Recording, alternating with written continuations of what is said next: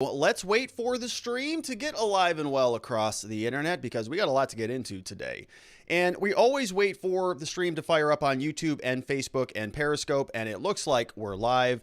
So let's get started. Hello, my friends, and welcome back to yet another episode of Watching the Watchers Live. My name is Robert Gruler. I am a criminal defense attorney here at the R&R Law Group in the always beautiful and sunny Scottsdale, Arizona, where my team and I, over the course of many years, have represented thousands of good people facing criminal charges. And throughout our time in practice, we have seen a lot of problems with our justice system. I'm talking about misconduct involving the police. We have prosecutors behaving poorly. We have judges not particularly interested in a little thing called justice. And it all starts with the politicians, the people at the top, the ones who write the rules and pass the laws that they expect you and me to follow, but sometimes have a little bit of difficulty doing so themselves. And so that's why we started this show called Watching the Watchers, so that together with your help, we can shine that big, beautiful spotlight of accountability and transparency back down upon our very system with the hope of finding justice. And we're grateful that you are here and with us today. We've got a lot to get to. We're on day 25 of the Derek Chauvin trial. Not a real interesting day, if I can be candid about it. We had one witness the entirety of the day, Dr. Fowler. Very important defense witness, an expert witness, a forensic pathologist coming in today to talk about the cause of death for George Floyd from the defense perspective. So very important testimony, but we've already heard a lot about this stuff. This is just sort of an alternative interpretation of it. Very important. We are going to go through it, and there were some interesting things that happened before the testimony started today, but we've got a lot to get to. We're also going to change gears a little bit, talk about Kim Potter, who is the former Minnesota police officer who is now charged with second-degree manslaughter for the shooting, the killing of Daunte Wright. Been covering this story all week. We've got a lot to break down there. And I want to introduce you to a defense. Of course, she is charged with a crime now. She still deserves the presumption of innocence. We're going to make sure that she gets that and talk about a potential defense for Kim Potter. Actually, something that I don't even think is all that complicated. We're pretty much up to speed on it because of where we're at on the Chauvin trial. So we're going to get into that. Definitely break that down. Might be a little bit contentious, but that's what we do here. Then we're going to finish up the show with a quick update on what's going on in the Capitol Hill protests, Capitol Hill Riots cases, because there was a new report, brand new, released very recently from Michael Bolton, who is the Inspector General of the U.S. Capitol Police. And basically he came out, put this report out. CBS News got a hold of it yesterday. And it shows that the government is useless, as we all sort of suspected. So we're going to go into that as well. We've got a lot to get to today. If you want to ask questions or be a part of the show, head on over to our locals.com platform. So go to your browser, type in locals.com, search for our community called Watching the Watchers. You can find us there. And there's a live chat that's going on right now. And Miss Faith and Mr. Ma are in there moderating, keeping things civil, as well as clipping questions that are going to go into my slide deck that I will answer. So we've got 3 segments today. If you want to ask questions in between those, watchingthewatchers.locals is the direct address to do that. And get a copy of the slides that I'm about to go through, get a copy of my book and other goodies, and get plugged into a good community. So check us out at watchingthewatchers.locals.com. All right, so enough of that. Let's get into the news of the day. Derek Chauvin, day 25. We've already been following this case in depth for some period of time now, and today was a critical day for the defense because Eric Nelson put on the stand Dr. Fowler. Dr. Fowler is a forensic pathologist, so we heard from him all day, literally all day. He was the only witness that we had today, and so we want to break down what was said. What is his interpretation? Because this is the counterbalance to all of the evidence that we heard from the prosecution up until this point in time. So as we always do, let's go to our trial board and see where we're at. This time today, we're in the defense case now. They're presenting their evidence. And so we heard all day today, of course, Eric Nelson. We had some questioning, some cross-examination from Mr. Blackwell later this afternoon after the direct examination was over. And we also heard a little bit, I think it was from Matthew Frank, or it might have been Steve Schlucher this morning. I don't recall. I think it was Steve Schlucher. Not a lot from the prosecution today because it's the defense case, right? They're just out cross-examining. They're not calling witnesses or anything like that. We did hear from Adrienne Cousins, who is the public defender for Morries Hall. And so we got to break down what happened there because there was a lot of question about whether Morries Hall was going to be called in to testify, given the fact that he was a passenger in George Floyd's vehicle back on May 25th. So a lot of sort of back and forth about that. Is he going to come in and testify, or is this going to be a missing gap in the case, because obviously we know that the jurors have some idea that there is an individual because they saw Chang's body camera video and all of that. So we're going to get into that. Let's take a look at the witness list for the defense. As we saw yesterday, we had a lot of people, 6 people yesterday. Today, only one, Dr. Fowler, who is from forensic pathology. This is the government's sort of partial witness list. Didn't hear from anybody or see anything on their side of the aisle today. And so we are going to start off with what happened before testimony started. So Dr. Fowler, of course, was the primary witness, the only witness all day long. But there was some pretty important things that happened before the day kicked off. And so first and foremost, you may have seen this news sort of spreading around yesterday that Eric Nelson was going to be moving for a judgment of acquittal, right? It's sort of, oh my gosh, he's going to move for acquittal right now. Are you kidding me? Is this, what's happening? This is pretty routine, right? This is pretty standard stuff. So after the government rests their case, the defense will typically file one of these motions. It's just a procedural thing. It's saying, listen, we've heard all the government's evidence. They haven't even proven their case. We don't even have to present a defense based on the garbage that they showed us in court today. Nothing that they said could ever possibly lead to a conviction. Therefore, we just, as a matter of procedure, move for a judgment of acquittal. And that's exactly what happened today. So it wasn't even a big deal. Many people were sort of tweeting this on Twitter, going, oh, motion for acquittal. What's happening? Like this is some big thing that was going on. No, it really wasn't. And it got about that much time in court this morning. Eric Nelson came back out and said, yep, Judge, we're moving for an acquittal. Here's why. Government experts are, disagreeing with one another. And he went through a couple of examples. He said he was basically diving into the use of force analysis. We saw that Sergeant Seiger was disagreeing with the law professor who we heard from, the government's last witness. They sort of had disagreements about the prone position and how some of that worked. So there was some points of contention there. Similarly, we saw some of the medical experts contradicting one another. There was some indication that, Dr. Tobin, for example, thought that the mechanism of death was asphyxia, low oxygen. We bring out Dr. Baker. Not really. He said his heart kind of gave out, caused by heart disease. So different causes. Eric Nelson comes back out and says, look, they don't even agree with themselves, for crying out loud. So how could we possibly be convicted as a result? But again, very formulaic. He didn't spend a lot of time in here. He just kind of, ran through his questions, maybe 5 minutes, 6 minutes of argument, talked about the cause of death, experts contradicting themselves, all of that stuff. So then prosecution came out, presented their case. No, we think we did a good job. We met our burden. Judge says, yep, okay, good enough. There's enough here to move forward. The state has presented enough that we can hand this off to the jury, right? There's sort of a burden that the state has to meet in order for the case to move forward. So you challenge that. You say, yeah, they tried, they didn't do it. Judge said, okay, yeah, they did, which is almost always the case. So we knew that was going to happen. Not a big deal, but just wanted to clear that up. Second issue that is a bigger deal is the Morries Hall. Morries Hall now is the passenger, if you recall, who was also in the vehicle with George Floyd and Chauvin Trial when the police approached the vehicle. So if you recall, those two individuals, Morries Hall and Chauvin Trial, were pulled aside. They were dealt with by Officer Chang, who we recently saw his body camera video in court. And so he was attending to them so that they didn't get into the car, mess with evidence, or allow other people into the car. So he was sort of securing that portion of the scene while Chauvin and the others were dealing with George Floyd. And so the jurors saw that video. They know that Morries Hall is there. They know that we heard from Chauvin Trial. They know we heard from basically everybody else and their mother from the government's case. We heard from the firefighter. We heard from the passerby who was just walking down the street. So they may be asking themselves, where is Morries Hall? Where is this guy? We know he's there. Why haven't we heard from him? So today, they were trying to get him into court. Nelson filed a subpoena for him to come and testify. Morries Hall and his attorney moved to quash that subpoena. They basically said, we don't want to testify, and we're protected against being forced to testify pursuant to the Fifth Amendment. And so let's take a look at the judge today. This is Adrienne Cousins, who is the public defender assigned to Morries Hall. She's in court today, now basically making the argument to the court as to why Morries Hall cannot testify. Here it is.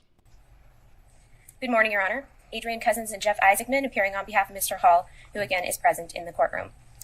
Your Honor, where we last left off at the last hearing was you had instructed defense counsel to submit a list of questions on a very narrow topic to see whether or not Mr. Hall could answer a very narrowly tailored set of questions and whether or not his Fifth Amendment privilege would be implicated in those questions. I've had a chance to review those questions, Judge. I've reviewed them with Mr. Hall. And to summarize, Mr. Hall cannot answer any of the questions that defense put forward. And I'm happy to expand on the reasons why he can't answer any of those questions. Let's just focus on how Mr. Floyd looked in the SUV, because that was the very limited group of questions that I thought might not incriminate him. Absolutely, Judge. And if you look at the list that defense proposed, I think that really starts getting into that topic at question 7. So question 7 proposed by the defense was, after conducting your business in Cup Foods, did you return to the vehicle with Mr. Floyd? Mr. Hall cannot answer that question. Mr. Hall cannot put himself in that car with Mr. Floyd. Again, this was a car that was searched twice and drugs were recovered twice. If Mr. Hall puts himself in that car, he exposes himself to constructive possession charges of the drugs that were found in that car. And it's important to note, Judge, that Mr. Hall exposes himself to that charge whether or not Mr. Chauvin is convicted or acquitted. Whatever happens with this case, the state can still come back and charge Mr. Hall with constructive possession of drugs in that car. So he can't put himself in that car. Yeah, so, as a legal observer, I want to say, yeah, but we still want to hear from him. Hello. For the spectacle of it, we want to hear him come in. But legally, she's absolutely right? Anything that he says, anything that he does, the prosecution at this point in time has not given him any immunity. So if he says something that opens the door to criminal charges, he's on the hook for that. Chauvin's not. Judge isn't. This public defender isn't. The government has not offered him immunity. So he can't talk. Now here is Morries Hall coming in and trying to explain or explaining why he wants to invoke. The judge kind of helps him along, as you'll see. Good morning, sir. Good morning. You understand, Mr. Hall, you do have a Fifth Amendment right not to be compelled to incriminate yourself. Do you understand that? Yes. All right. And you understand that applies even when you are not one of the parties to the case, but when you're a witness in a trial. Do you understand that? Yes. You understand that your attorney, and I'm sure they have given you advice about whether to invoke your Fifth Amendment right against compelled self-incrimination. But ultimately, it's your choice. You understand that? Yes, sir. All right. And you'll have to speak up just a little bit, and I'll turn up the podium. There we go. You understand this is your choice, so you could disregard the advice of your attorneys if you wanted to. Yes, sir. Knowing all that, you've had a chance to look at the questions that were proposed by both sides? I have. Would you be willing to answer those if I were to put you on the stand and swear you in as a witness? No, I am not. Okay, and why would you not answer those? I'm fearful of criminal charges going forward. I have open charges that's not settled yet of my personal stuff. So basically, you are invoking your Fifth Amendment right against compelled self-incrimination? Yes, sir. All right, thank you, sir. You can have a seat. All right, so it kind of nudges him along, right? Yeah, all right. And, the judge is even, I think, a little bit interested in hearing more. So the way that this worked is the judge gave Eric Nelson and the government, the prosecution, an opportunity to present a certain series of questions that they think would not be self-incrimination, that they could ask him. And of course, we heard the public defender just come out and said, no, basically any question is going to put him in the car. That alone is enough, which is a good argument. It's, it's sort of the right legal argument, even though many of us wanted to hear from him. Yeah, that's the right move. And the judge agrees. So here is Judge Cahill sort of explaining why this is, and then we'll break down what this means. All right, I'm going to advise both sides to file your proposed questions as essentially an offer of proof on what you would have asked Mr. Hall. But I am finding that he has a complete Fifth Amendment privilege here. I had earlier said that possibly he could talk about how Mr. Floyd looked in the car, but counsel's argument is persuasive that that could provide a link. And since it's not just evidence that would incriminate a person, but also provide a link to incriminating evidence, I do find that his invocation of his Fifth Amendment rights is valid, and accordingly, I am going to quash the subpoena. Anything else? All right, thank you. All right, so subpoena's quashed. Morries Hall's not testifying. And Liberty or Death asked a great question about this over on locals.com, and he was asking essentially, did Nelson know about this? Was this part of the strategy? What does this mean? And, I think that Eric Nelson probably realized that it was going to be difficult to put him on the stand and get any questions out of him just because of the fact that it would be self-incrimination. He's a defense lawyer. He knows that. But he still wanted to try because it would have been a very, very compelling spectacle, literally, I use that word a lot today, but that's what it would have been, is to put him on the stand and have him re-invoke repeatedly. I've been advised on counsel to invoke my Fifth Amendment rights, not going to answer that question over and over and over again. And the reason being is because the jurors are going to see that, right? And they're going to say, well, why is that guy on the stand not answering questions? We have all these questions in this case about what caused the death of George Floyd. We have expert witnesses who've been presented offering competing viewpoints, alternative interpretations. We have a guy here who's not answering any questions. Maybe he had something to do with it, right? You're sort of opening the door into that reasonable doubt argument. And so now they're not going to be able to do that. Now, do they lose anything? Does Eric Nelson and the Chauvin team lose anything? Not really. I think that it would have been only upside if they would have got Morries Hall in. But now that it's not, I'm not sure that they lose much. Remember, we still have Cahill, who testified that George Floyd was in the vehicle falling asleep several times. When I say we, it's from the defense perspective, right? The defense is making these motions. So they lost the motion, but do they lose anything really? Hill is going to still come in and testify that George Floyd was falling asleep in the vehicle, that there was sort of a radical change in mood from what she observed inside the store to outside the store. We also have the Chang video, so the jurors know that Morries Hall was physically there. They know that he got out of the car. They saw a conversation about him, but that's it. So they can kind of piece together the dots or connect the dots, I think. They can say that if we know that there were pills in the car, we know that there was even pills in the back of the police car. We know that those tested positive for fentanyl. We know that George Floyd was falling asleep at the wheel. We know that the toxicology report came back, 11 nanograms per milliliter of fentanyl combined with some other remnants of methamphetamines and other drugs. And so the jury is now saying, all right, well, we know that we have sort of this chain that exists. There's a missing link here. Morries Hall can fill that, but you can sort of, it's like circumstantial evidence, right? You can fill in the gaps on your own, and Eric Nelson did that. So that was it for that. We're not going to hear from Morries Hall in this trial at all. This is somebody who is not going to be required to testify because Judge Cahill just quashed the subpoena. So then we change gears. Now, this is the big witness of the day. This is Dr. David Fowler, and he is from South America, got a little bit of a British accent going on, which is only upside, right? That's only good news. If you have an expert witness with a British accent and an expert witness with not a British accent, it's like kind of like game over. So major upside over here, kind of up on the points thus far because he has a British accent, which we're going to see. Big deal. Also, a retired person who does consulting, full-time forensic pathology. So now we're in the medical component of the case as we've been for some period of time. And it's really kind of the same thing that we've heard a lot of. They come out, they puff up their resumes. This guy has a very, very impressive resume, as you would expect. And he had a little bit of an interesting twist here. So he was the office of the chief medical examiner over in Maryland. He's licensed, credentialed, licensed doctor, tons of training, testified hundreds of times, done thousands of autopsies. It sounds like 800 a year were the number of homicides that he was reviewing when he was there. Tons of articles. And he's part of a couple of these organizations. One is called the Forensics Panel. So it sounds like this case was sort of almost peer reviewed. He's part of this organization that reviewed this case. So it's sort of like a meta expert witness. This guy's an expert. He's going to come in and testify, but he's going to explain the findings that he uncovered sort of in conjunction with a number of other expert witnesses, other forensic panelists who are on this panel. He said that there are 13 peer reviewers.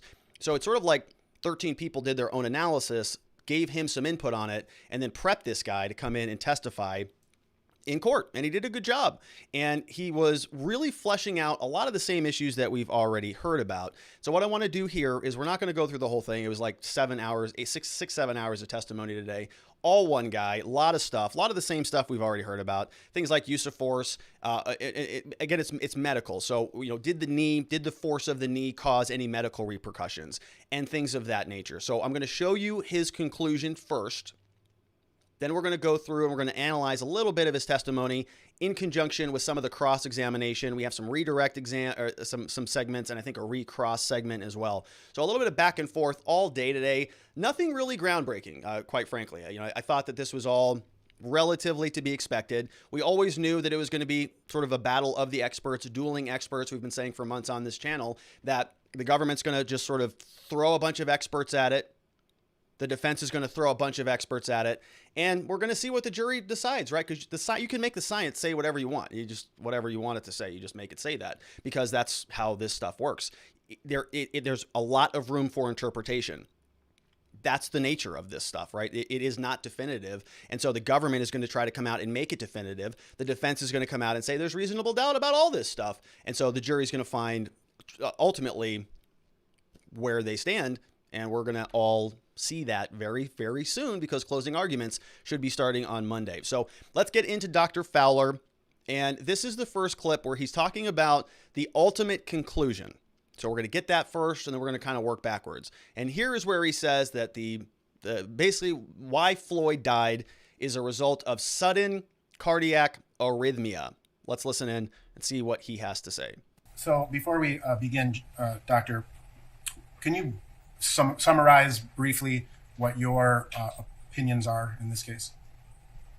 Yes.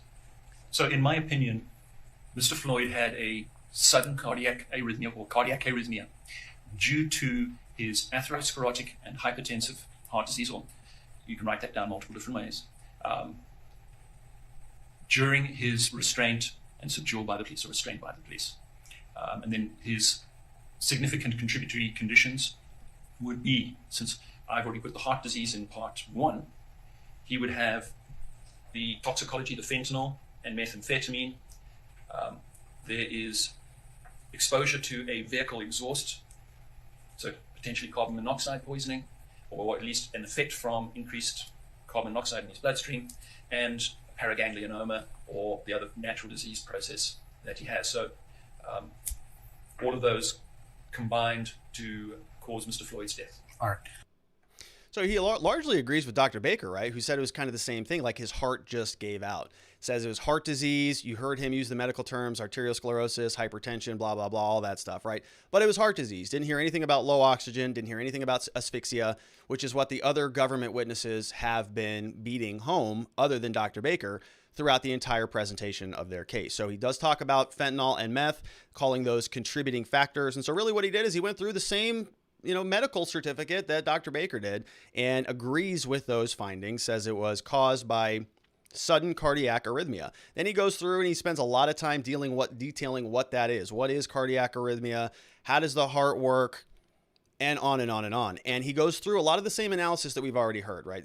Because if you recall, Dr. Baker's testimony, who actually performed the autopsy, said that he takes pictures and does his autopsies in a way that is so detailed that he can basically give his case file over to another pathologist or another somebody who does autopsies, and they can draw their own independent conclusions based on the work that he did. He takes many detailed pictures, essentially in the way that he would want to get a file if he were asked to independently review and certify that case. So that was happening here. He goes through, says he looked at everything, blah, blah, blah, on and on and on, talks a lot about the heart and how the heart works, and about how you've got different, valves pumping, and if anything interferes with that, like if you have a heart valve or an artery that is 90% closed or 70% closed because of heart disease, you're going to run into some problems. And so a lot of testimony was about the mechanical functions of the heart and how all this stuff interfaces with itself in the context of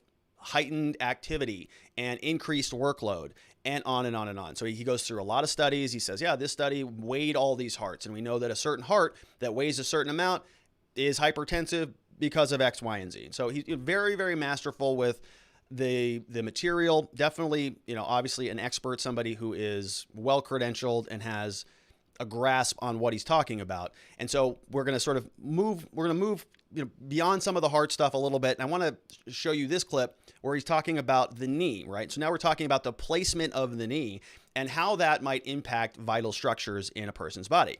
We just heard from Dr. Tobin, who was the government's expert witness, who came out, gave us some very nice, beautiful graphs showing the physics, the weight. We had a picture of Derek Chauvin with his gear on, his body armor, his weight belt, his holster, his guns, and all of that stuff, and did some serious calculations and said, look, all of this weight, all of this pressure on the back of Floyd is going to necessarily cause him to not be able to breathe, which led to low oxygen, which resulted in death by asphyxia.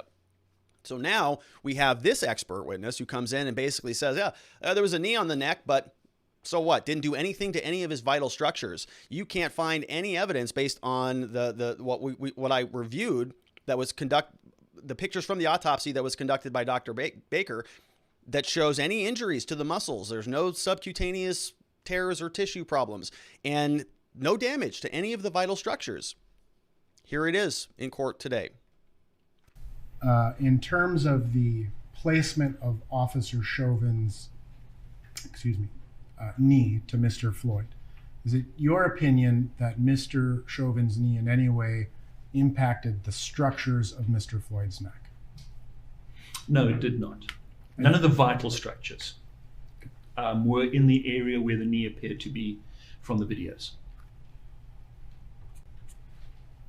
Now, again, in terms of your death investigations, you've reviewed photographs, you've reviewed the autopsy photographs, things of that nature, correct? Yes. Were any signs of, well, generally speaking, do signs of injury play into your analysis as to the cause of death? Yes. How so? Well, you make an observation of, such as in this particular case, of a knee providing force to a particular part of the body, and then you go and you look at the same part of the body to see whether or not you can find corroborating evidence within the body itself, either an abrasion to the skin, subcutaneous hemorrhage into the muscles, or other injuries that may be caused by the knee. And what injuries did you observe in the photographs of Mr. Floyd? All of his injuries were in areas where the knee was not. In other words, they were on the front of his body, his face, his places where he was restrained, but there was absolutely no evidence of any injury on the skin to the subcutaneous tissue or the deeper structures of the back or the neck. So if Dr. Tobin then is right, and there really is all of that pressure being localized on the back, one kind of small area on somebody's back or neck or whatever, then you would expect to see some associated bruising, some subcutaneous injuries, and so on. And he didn't see any of that. Now, that's one interpretation. Other doctors, as we've heard from the government, said, no, you shouldn't see anything. You shouldn't expect to see anything. And there's nothing to even note about that, right? There's nothing there. They're saying that the damage was sort of happening internally and then on the ground facing side. And so that would be my response to that. Well, all right. So you don't see anything on the back side of Floyd, on the back or neck area. There's no damage to that area of his body. But on the other side, where the face and the body were smashed against the pavement, he did have some injuries. So there must have been pressure, right, in order to cause those injuries. His response, I would guess, would probably be that no, those are not pressure injuries. Those are sort of body weight pressure injuries from somebody moving around. Yes, of course, there was pressure from the officers keeping him pinned to the pavement, but not anything that would structurally compromise the internals of a person's body, neck. Remember what we're talking about. We're talking about some physical sort of limitations on the body by Chauvin's neck. It was either collapsing the trachea, it was cutting off the arteries in the neck, it was causing something that was resulting in low oxygen or asphyxia. So mechanically, the knee was physically killing Floyd. He's coming out and saying, I mean, if you were to see that pressure, then you would expect to see some corroborating injuries, and I didn't. So then we have over here, we have the cross-examination. So they're talking about asphyxia. I believe in this clip, they're talking about asphyxia. And the cross-examiner, who is Jerry Blackwell, who's a prosecutor, comes back out and he brings up the big book, right? He holds up this big book. And so on cross-examination at this point in time,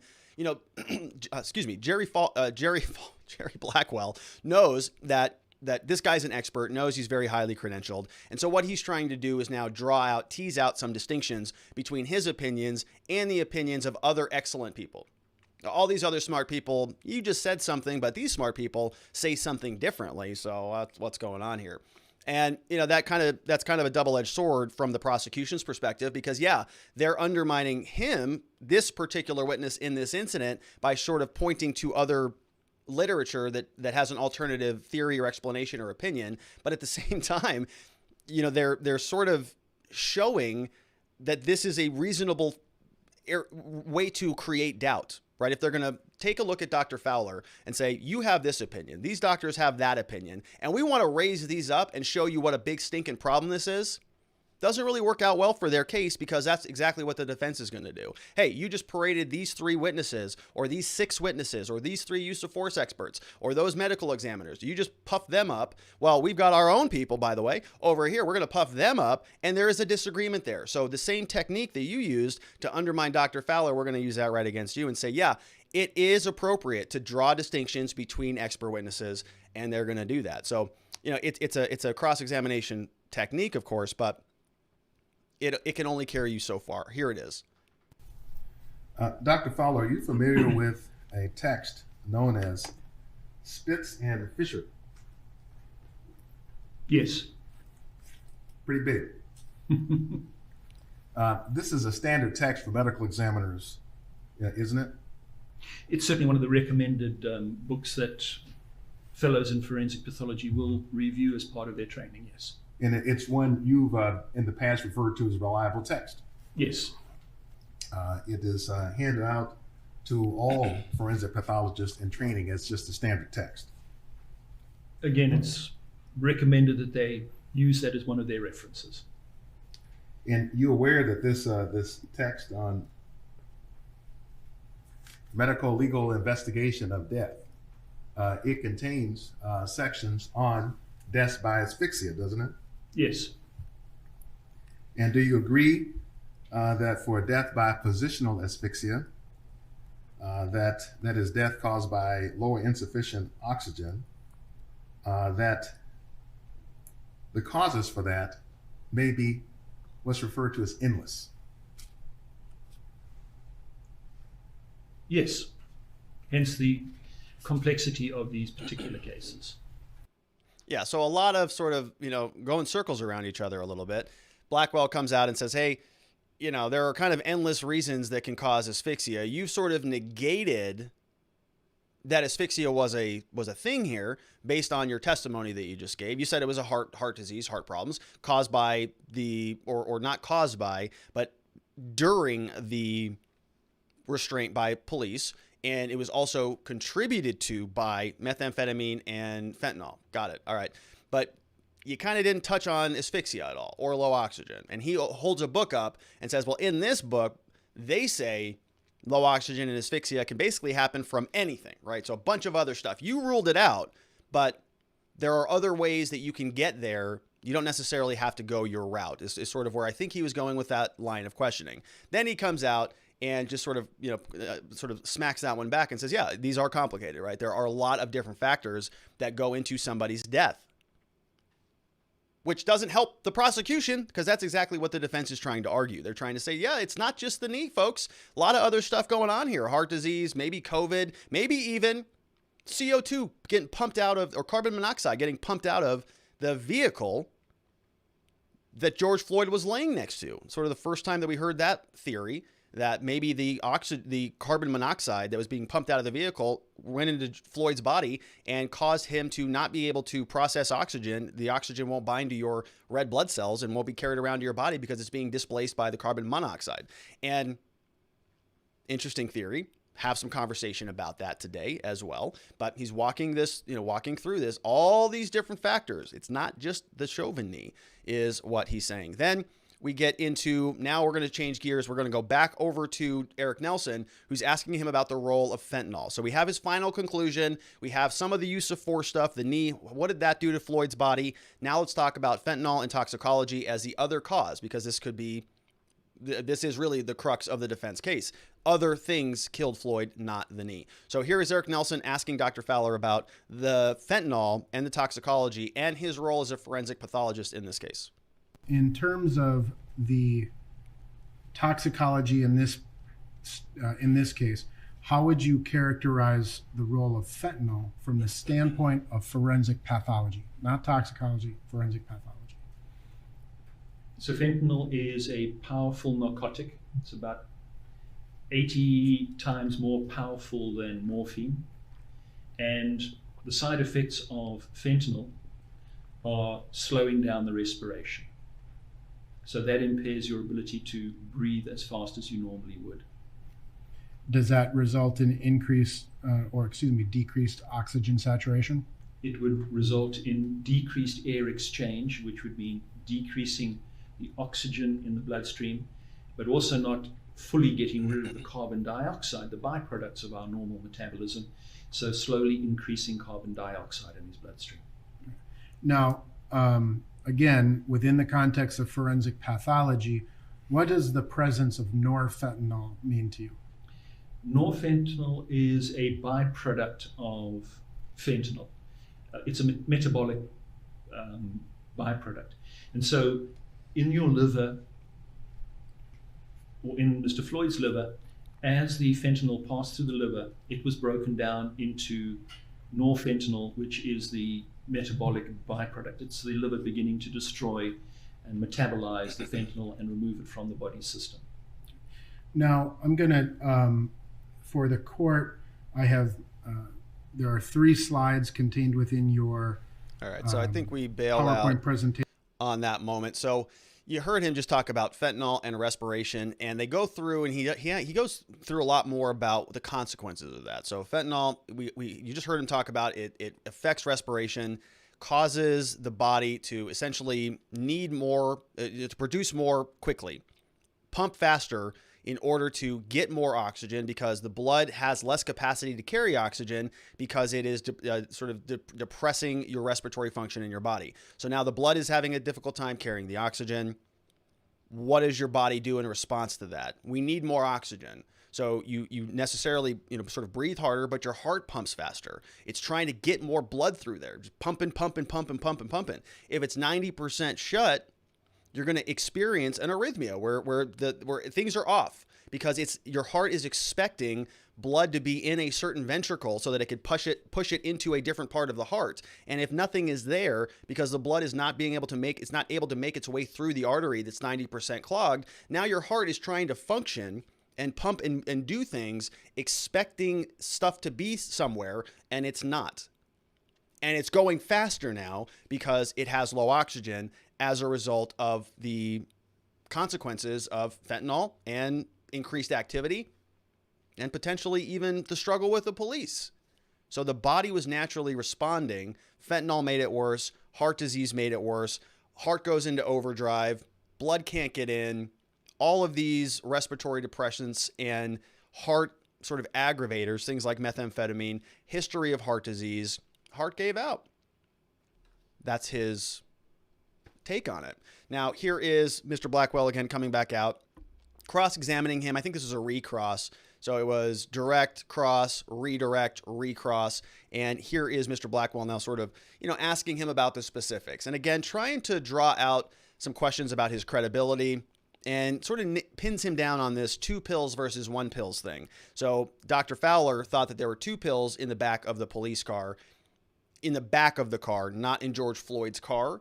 And here is Mr. Blackwell saying, no, it's just 1, right? So now the jurors go, well, is that a simple little oversight? 1 pill versus 2 pills, kind of inconsequential? Or is this going, this guy doesn't pay any attention to details at all, therefore everything he says is lacking in credibility, right? You can judge for yourself, but here is that exchange. Dr. Fowler, just for a point of clarification, you've been asked a couple of rounds of questions about the drugs found in Squad 320. To be clear, what we're talking about is 1 pill, right?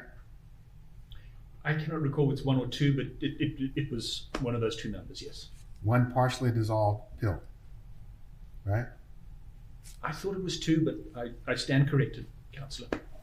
And in the back of Squad 320, you didn't see any footage of Mr. Floyd spitting a pill out, did you?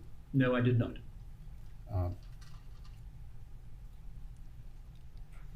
Now, you asked questions about the measurements of the EEL. All right, so they go into a whole nother line of questioning, but right, 2 pills versus 1 pill. You didn't see him spit it out, but he does acknowledge that there was 1 pill, and there was Floyd saliva on it from another testimony, another witness, and their testimony. So the jury's going to have to deal with it. We're going to see how that fits, how that stands, but long day of testimony, let's take a look at some questions over from our locals community. If you want to ask questions and be a part of the show, go to watchingthewatchers.locals.com. Sign up there through your web browser. Join the fun. First one comes from Lassie91, says, apparently there were a lot of things that could have killed George. Is it time for Genevieve Hansen to write a thank you note to Chauvin for not allowing her to work on George? Yeah, probably. Anybody who was involved in that case is going through one right now, right? It seems that whoever was near him at the time he died would be in this unfortunate defendant position. My guess is Genevieve does not realize how lucky she is. I also guess that had she worked on Chauvin and had been accused of murder, Chauvin would have testified for her defense.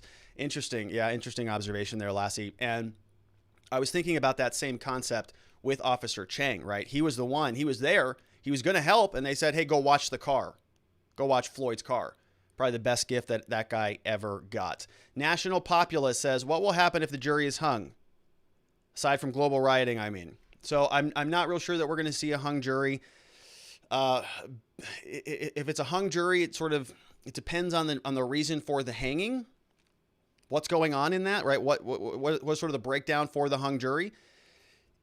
I don't think the judge is going to let that happen, though, right? The judge is not going to say you guys are done deliberating on this thing. The judge is going to make them come to a conclusion, and it's going to be unanimous. It might take 6 weeks. I don't think that it will. I really don't. I think they'll come to a conclusion fairly quickly, so I don't expect a hung jury. We have Just Luke says, has the prosecution's credibility been ruined by the fact that they essentially lied to the witness about Chauvin choking Floyd? So yeah, I think Just Luke is referring to an end of the near the end of the testimony today with Dr. Fowler. They were asking him about the choke or about Chauvin being overly aggressive with Floyd during the altercation, right? Remember, they tried to put him in the back of the car, then they tried to pull him out of the back of the car, or he sort of slipped out the other end. There was a lot of back and forth going on. Chauvin was involved in some of that. So one of the lines of questioning was about how he was being overly aggressive before he was even on the ground. So Eric Nelson came back out, played the video, and then asked Dr. Fowler about that and said, hey, does it look like he's strangling him right there? And it's kind of no. It's kind of like a loose little pull, kind of pulling like this, not like this. And so Just Luke, yeah. I mean, I think if you have a situation where you are presenting one idea to the jury and the defense comes out and says, actually, that's not what happened at all, you can take a look at it. Yeah, I think that leaves a mark, and that's what happened today. Mick Waffles in the house says, so both Blackwell and Schlucher are private defense appellate attorneys working the case pro bono and basically running the show, it appears. Could this be causing the state strategy issues? Wondering about your take as a defense attorney. It was really apparent today watching Blackwell. Strategy issues. I'd be curious to see what kind of strategy issues you're pondering about, McWaffle. I don't see any strategy issues right off the top that are ringing a bell. I mean, I think they're running a pretty standard run-of-the-mill prosecution, going through the elements. I'm not seeing how any other sort of external defense attorneys are changing that. Yeah, so I don't know. I need a little bit more clarity before I can comment on that intelligently. Good question, though. Anki Woe says, the prosecution on the last witness today was quite aggressive, even somewhat accusatory and hostile. Was the judge scolding him in the sidebars? It seems as if the last round of his questioning was cut off. Was he told by the judge to stop short because of that? So I also didn't see that either. So that last... There was so two things here. One, the Star Tribune stream I was having problems with today. So it was really choppy. Something was up with it. So I switched over to the Fox News stream and it was way better. I was trying to watch it this morning in clip and I was missing like 10 seconds. I don't know what was happening, but it was all off. So maybe you saw some of that. If you may have seen something that felt like it was cut off, it may have been that. But when I switched over, I think that Blackwell had his full line of questioning. Yes, though, I do notice your change in tone, or your notice that there was a change in tone. Yeah, they were very aggressive with him. And he was even sort of dialing in on that. It's like, it's a yes or no question. Come on, doctor. Like, this is yes or no. Yes, he starts going off. Yes, yes, yes. So he was a little bit more aggressive, and it wasn't inappropriate, right? That's sort of how cross-examination works. If anything, I think that Eric Nelson maybe was a little bit too deferential towards the law professor. He could have been a little bit more aggressive in shutting him up, but he didn't. And there's probably a good reason for that, right? He wants to, sort of, some of cross-examination you can win, you can sort of slam the ball or spike the ball on a line of questioning and feel good, like you got that point out. But if you look bad doing it, that's not a win for you, right? The jury still thinks you're a jerk and an a-hole, and they're not going to reward you for acting that way. So, there are times when a defense lawyer will say something like, or let me just say, be a lot more deferential, a lot more nice and sort of kind during cross-examination, and people will expect the cross-examination to be like something you see in Hollywood, right? Somebody comes out and isn't it true, and that might look good for the movies, but sometimes that doesn't work well, because if you rub the jurors the wrong way, you can really do more damage to yourself than good. Blaster Brain says, last night, Nelson mentioned a bunch of things to the judge regarding his record keeping of sidebar content. What's the relevance of this, if any? Blackwell struck me as petty when pounding on Fowler for not having considered the weight of the equipment when factoring in the weight upon Floyd. Rather minuscule amount of weight, in my opinion. Yeah, so I agree with this. And I think this was a general theme today. I think that there was a lot of making mountains out of molehills. I think that's the expression going on today. There was Blackwell, who was, aggressive on those things, and about like the book and about specific details. Oh, well, this book has a sentence in here that disagrees with you. What do you think about that? It's like petty, kind of marginal minutia BS, sort of like a game of gotcha, but you have to do that, right? That's part of the deal. Blackwell, I think, was just a little bit more obvious than we've seen previously with other witnesses, and even in cross-examination by Eric Nelson against the prosecution witnesses. So it felt a little bit out of place just because stylistically it was a little bit different. And the defense did this also, I think. I mean, they were talking about this carbon monoxide thing, which is a new sort of theory of the case. Hadn't heard that come out thus far. And, that to me sort of felt like, yeah, you got to introduce that because it is reasonable doubt and it is relevant, and obviously was part of this expert's testimony. But it felt kind of small relative to the other factors, to fentanyl, methamphetamine, heart disease, or Chauvin's knee, right? To any one of those other things. Sort of throwing in carbon monoxide felt like sort of a, added that later. And both sort of felt a little bit small. We'll be curious to see what the jury thinks about it. Anki Woe says, how do the lawyers find expert witnesses that would most likely support their case without knowing what their testimony will be before they take the stand? So you do sort of a series with expert witnesses. Certainly it doesn't hurt you to have several of them that you've worked with previously. Go through rounds of analysis, and then pick the expert that serves your case best. I mean, really, that's what this boils down to. Sort of sounds bad, right? But yeah, you go and you work with somebody who's going to support your case. Now, it doesn't make sense for you to go out and find an expert witness who's going to lie for you in your case, right? Those expert witnesses, they're not any good. They get skewered on the stand. They have no good reputation because they're seen as being bought and paid for. So you want expert witnesses who have a history of just telling it like it is. And so, yeah, you just say, hey, can you look at this case for me? They review the case. They say, no, yeah, you got nothing here. I mean, like, this is closed and shut. Nothing I'm going to be able to do to help you. Perfect. Thanks. Right. Move on to the next guy. If they have a legitimate opinion, then you can use that expert. So that's what happened here, right? Both. And when you practice long enough, you've worked with enough people that you know who's going to interpret things certain ways. Let's just leave it at that. And you decide to work with those people. And so that's what happened here. Prosecution went to their witnesses, defense went to their witnesses, and we see them both duking it out in court. Spoiler says, do you think the prosecution has played hardball a bit more than the defense? Yes, I think so. After watching them during cross-examination, I feel like Nelson was too easy on the experts. Yeah. And I just sort of commented on that, right? I think that Nelson was actually easier, and I don't know if that was strategic or just stylistic, or maybe he doesn't have, any real desire or belief that he needs to go do those things, right? So it could just be a tactical thing. But yeah, I mean, the prosecution, they're pulling out all the stops, right? They're finding old basketball hooping photos from Floyd's high school days. So yeah, they're going all in. Hack Consulting says, I think it has been a while since Rob showed any kind of slide regarding the prosecution defense arguments, the relative strength of arguing those, and giving a summary of how things look and what should be done for both sides and the judge and the audience to find evidence and present evidence for those arguments. Also, what is the estimated timeline? Defense finishes this week, judge deliberates over the weekend, and then closing arguments on Monday with a conviction decision on Tuesday. So the jury is going to be deliberating. So the judge is not deliberating over the weekend. They're hack consulting. So the judge is going to be probably thinking about jury instructions and things like that over the weekend, but closing arguments will then start on Monday, and then the jurors deliberate, right? So they're going to be sequestered throughout the rest of the week, and we could get a ruling a judgment, a decision in 5 hours, or it could be 5 days, or it could be 5 weeks. We just don't know, right? So they're going to be sequestered until they come back out with a decision. So it has been a while since we have summarized the arguments, that's for sure.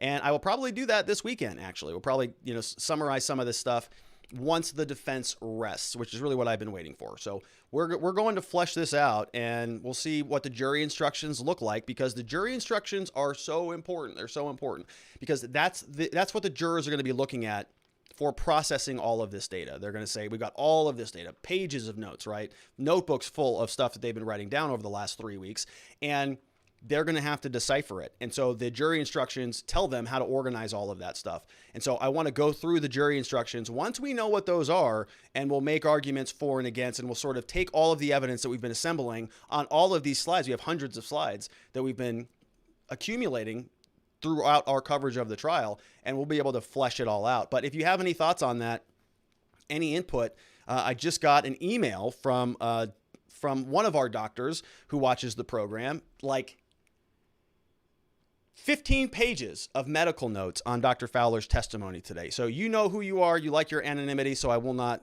out you, but thank you for that. I'm going to look through that. There is so much to go through, and we're almost there. So we are going to get there, hack consulting.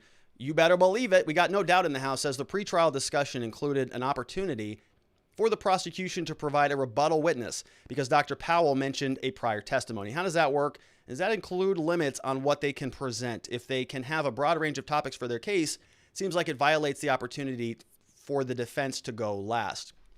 Yeah, so the prosecution goes last. So you get closing arguments, the defense goes, then they get a reclose. So they get, they have the burden of proof. So they get kind of the last bite at the apple. They've got to prove their case, and it's a very high standard traditionally. In practice, legally, it's a high standard. In practice, that has not been my experience. But in this case, yeah, a rebuttal witness. So I don't specifically recall what you're referencing here about Dr. Powell. That's not his name, right?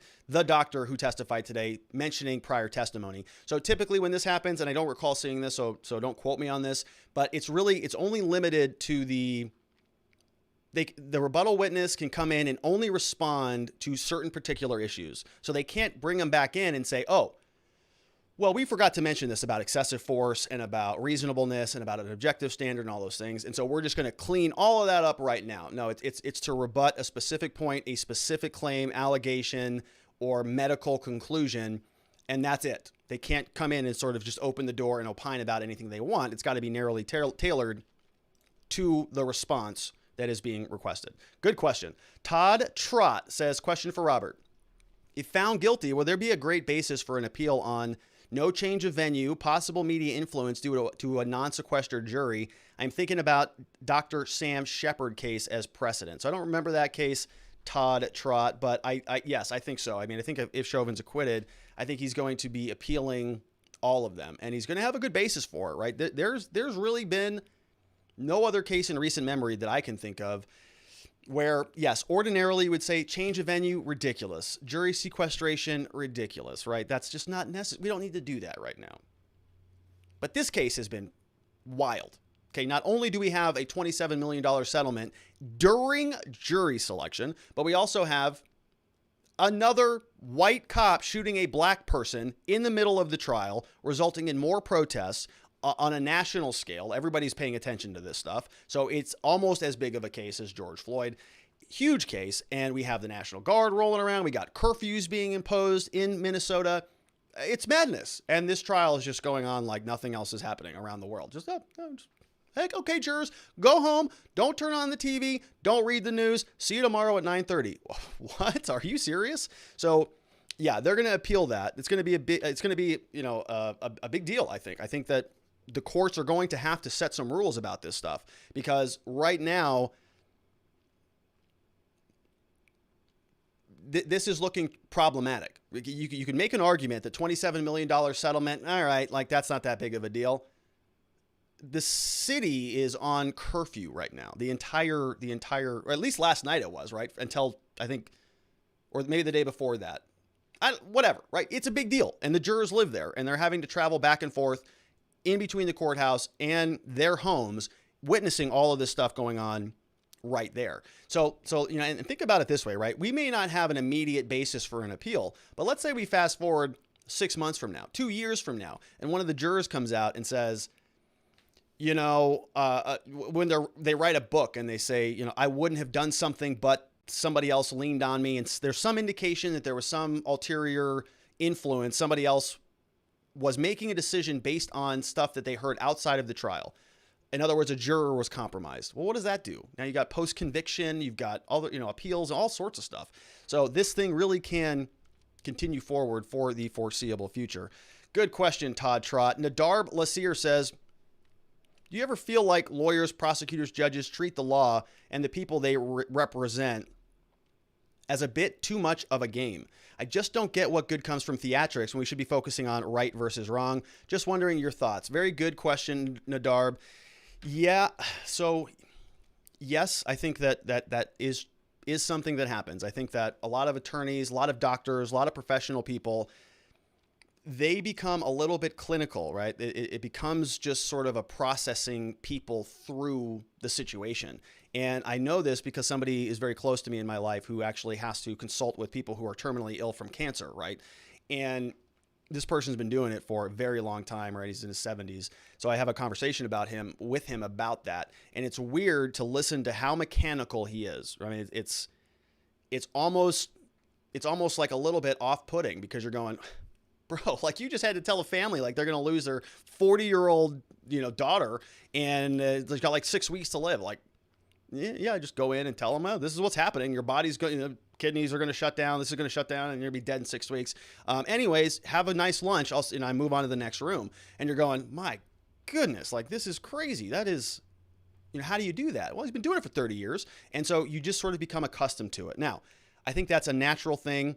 There are some positives to that, because you can be unemotional, right? If you get overly invested in every single client that comes through your door, you can sort of spiral out of control. Now you're acting emotionally, not logically. Now you're not somebody who's thinking through the legal issues. You're sort of invested into treating this person, like a human being, which they are. But if you're too invested in that, if you're too emotionally connected with this person, maybe you're not thinking right or making the best decisions for them. And so you have to be a little bit disconnected from it as well. So there are a lot of positives to it. That being said, there are a lot of other good lawyers out there who maintain their connection to the people that they serve, something that we try to do here at the office. I'm personally involved in a lot of stuff like that, as are a lot of the people here. A big part of my life is about sobriety, about recovery and addiction, and about being of service to people. And so that keeps me pretty plugged in to a lot of the people that we work with on a regular basis, people who are facing criminal charges due to drugs and alcohol and that type of stuff. And so I personally try not to lose focus of it. We orient our firm around that, right? We say, what are our three pillars here? Safety, clarity, and hope. For who? For the clients, right? Not for us. Okay, we need to help those people get that safety, clarity, and hope in their cases and in their lives. So yes, I think it can be clinical, but we all need to pause and just stop and say, hey,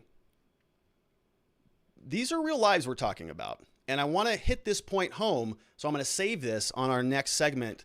Nadarb, you're one step ahead of me. We got Norovira says, hey, Norovira, there she is, says, norfentanyl was a bad question. You can have norfentanyl, then take more fentanyl and have both, with fentanyl being absorbed within 10 to 15 minutes, sometimes 5 minutes. And I agree with that. I thought it wasn't the best question. And he didn't have a good follow-up on this. So Nelson asked him about this, said, okay, well, there's fentanyl in the blood, right? And there was norfentanyl in the blood. What does the norfentanyl mean? Well, it means the body was processing the fentanyl, it was metabolizing the fentanyl, resulting in the norfentanyl. Got it.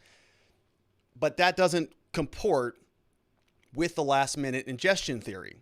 It just kind of made it sound like, yeah, maybe he took fentanyl at 3 hours ago, and his body was already processing it. So Nelson didn't get to ask him about, at least in the segment that I was watching, about whether that would preclude this last minute ingestion theory, which would spike the active fentanyl, but not the norfentanyl. So you would see sort of a differential relationship there. And I didn't see that really get dug into too much. Hack Consulting says, at this point, what things would be great to take on appeals court or claim mistrial? So you'd have to see something pretty catastrophic with the jurors. You know, you'd have to be the jurors doing something very, very improper, or one of the defense attorneys or somebody doing something improper. Like it has to be I would say it would have to be within the trial. Somebody would have to be doing something very inappropriate. And I don't even want to speculate about what that might be, because, you know, the possibilities there are endless. But appeals is a different concept, right? You can appeal something you would think would be legal error. I mean, you could appeal the ruling about keeping Morries Hall out. You could appeal any one of those decisions and say this was the basis for the appeal. So there are a lot of options. It's kind of hard to speculate because it's such a broad question, but it's a good one. Pinky number 2 in the house says, question, I still get hung up on Chauvin being on his shoulder so long. What is your opinion? He had him down. He was stressed. People telling the officer he was no longer fighting. What is the benefit to keeping him down and not cuffing him and putting him in the car sooner? So I'll respond with what the defense, I think, is presenting. And we haven't really heard much of this yet, but I think the defense argument is going to be that Chauvin felt fearful of the crowd. And it's again, this prioritization question. We've seen a lot of this. We've seen a lot of different people who arrived on scene also conclude that it was a dangerous situation. We heard that from the paramedics, 2 of them. We heard that from Officer Chang, who said yesterday that the crowd was aggressive and he felt concerned for the officer's safety, I think almost verbatim. And so Chauvin is going to sort of adopt that same posture. He's going to say, whether he takes a stand or not, the closing argument is going to be that the police have to prioritize certain actions. If the police are in a situation where they are feeling threatened, or their life is in danger, or the lives of their partners, their fellow officers, then those have to be prioritized first. And that includes protecting and securing the scene against hostile activity. So that would mean that rolling Floyd over and starting to administer CPR would necessarily put Chauvin and those other officers in a vulnerable position, right? Because now they're not alert anymore. They're not on guard. They're not looking around, controlling a suspect. They're observing their surroundings. If they started to act on Floyd before the paramedics arrived, they would have to necessarily give up that posture in order to start administering aid. If they feel like they're under threat or duress from the crowd, then they would not make that conclusion. They would not make that change. And I think that is really the only argument that they have as to that effect.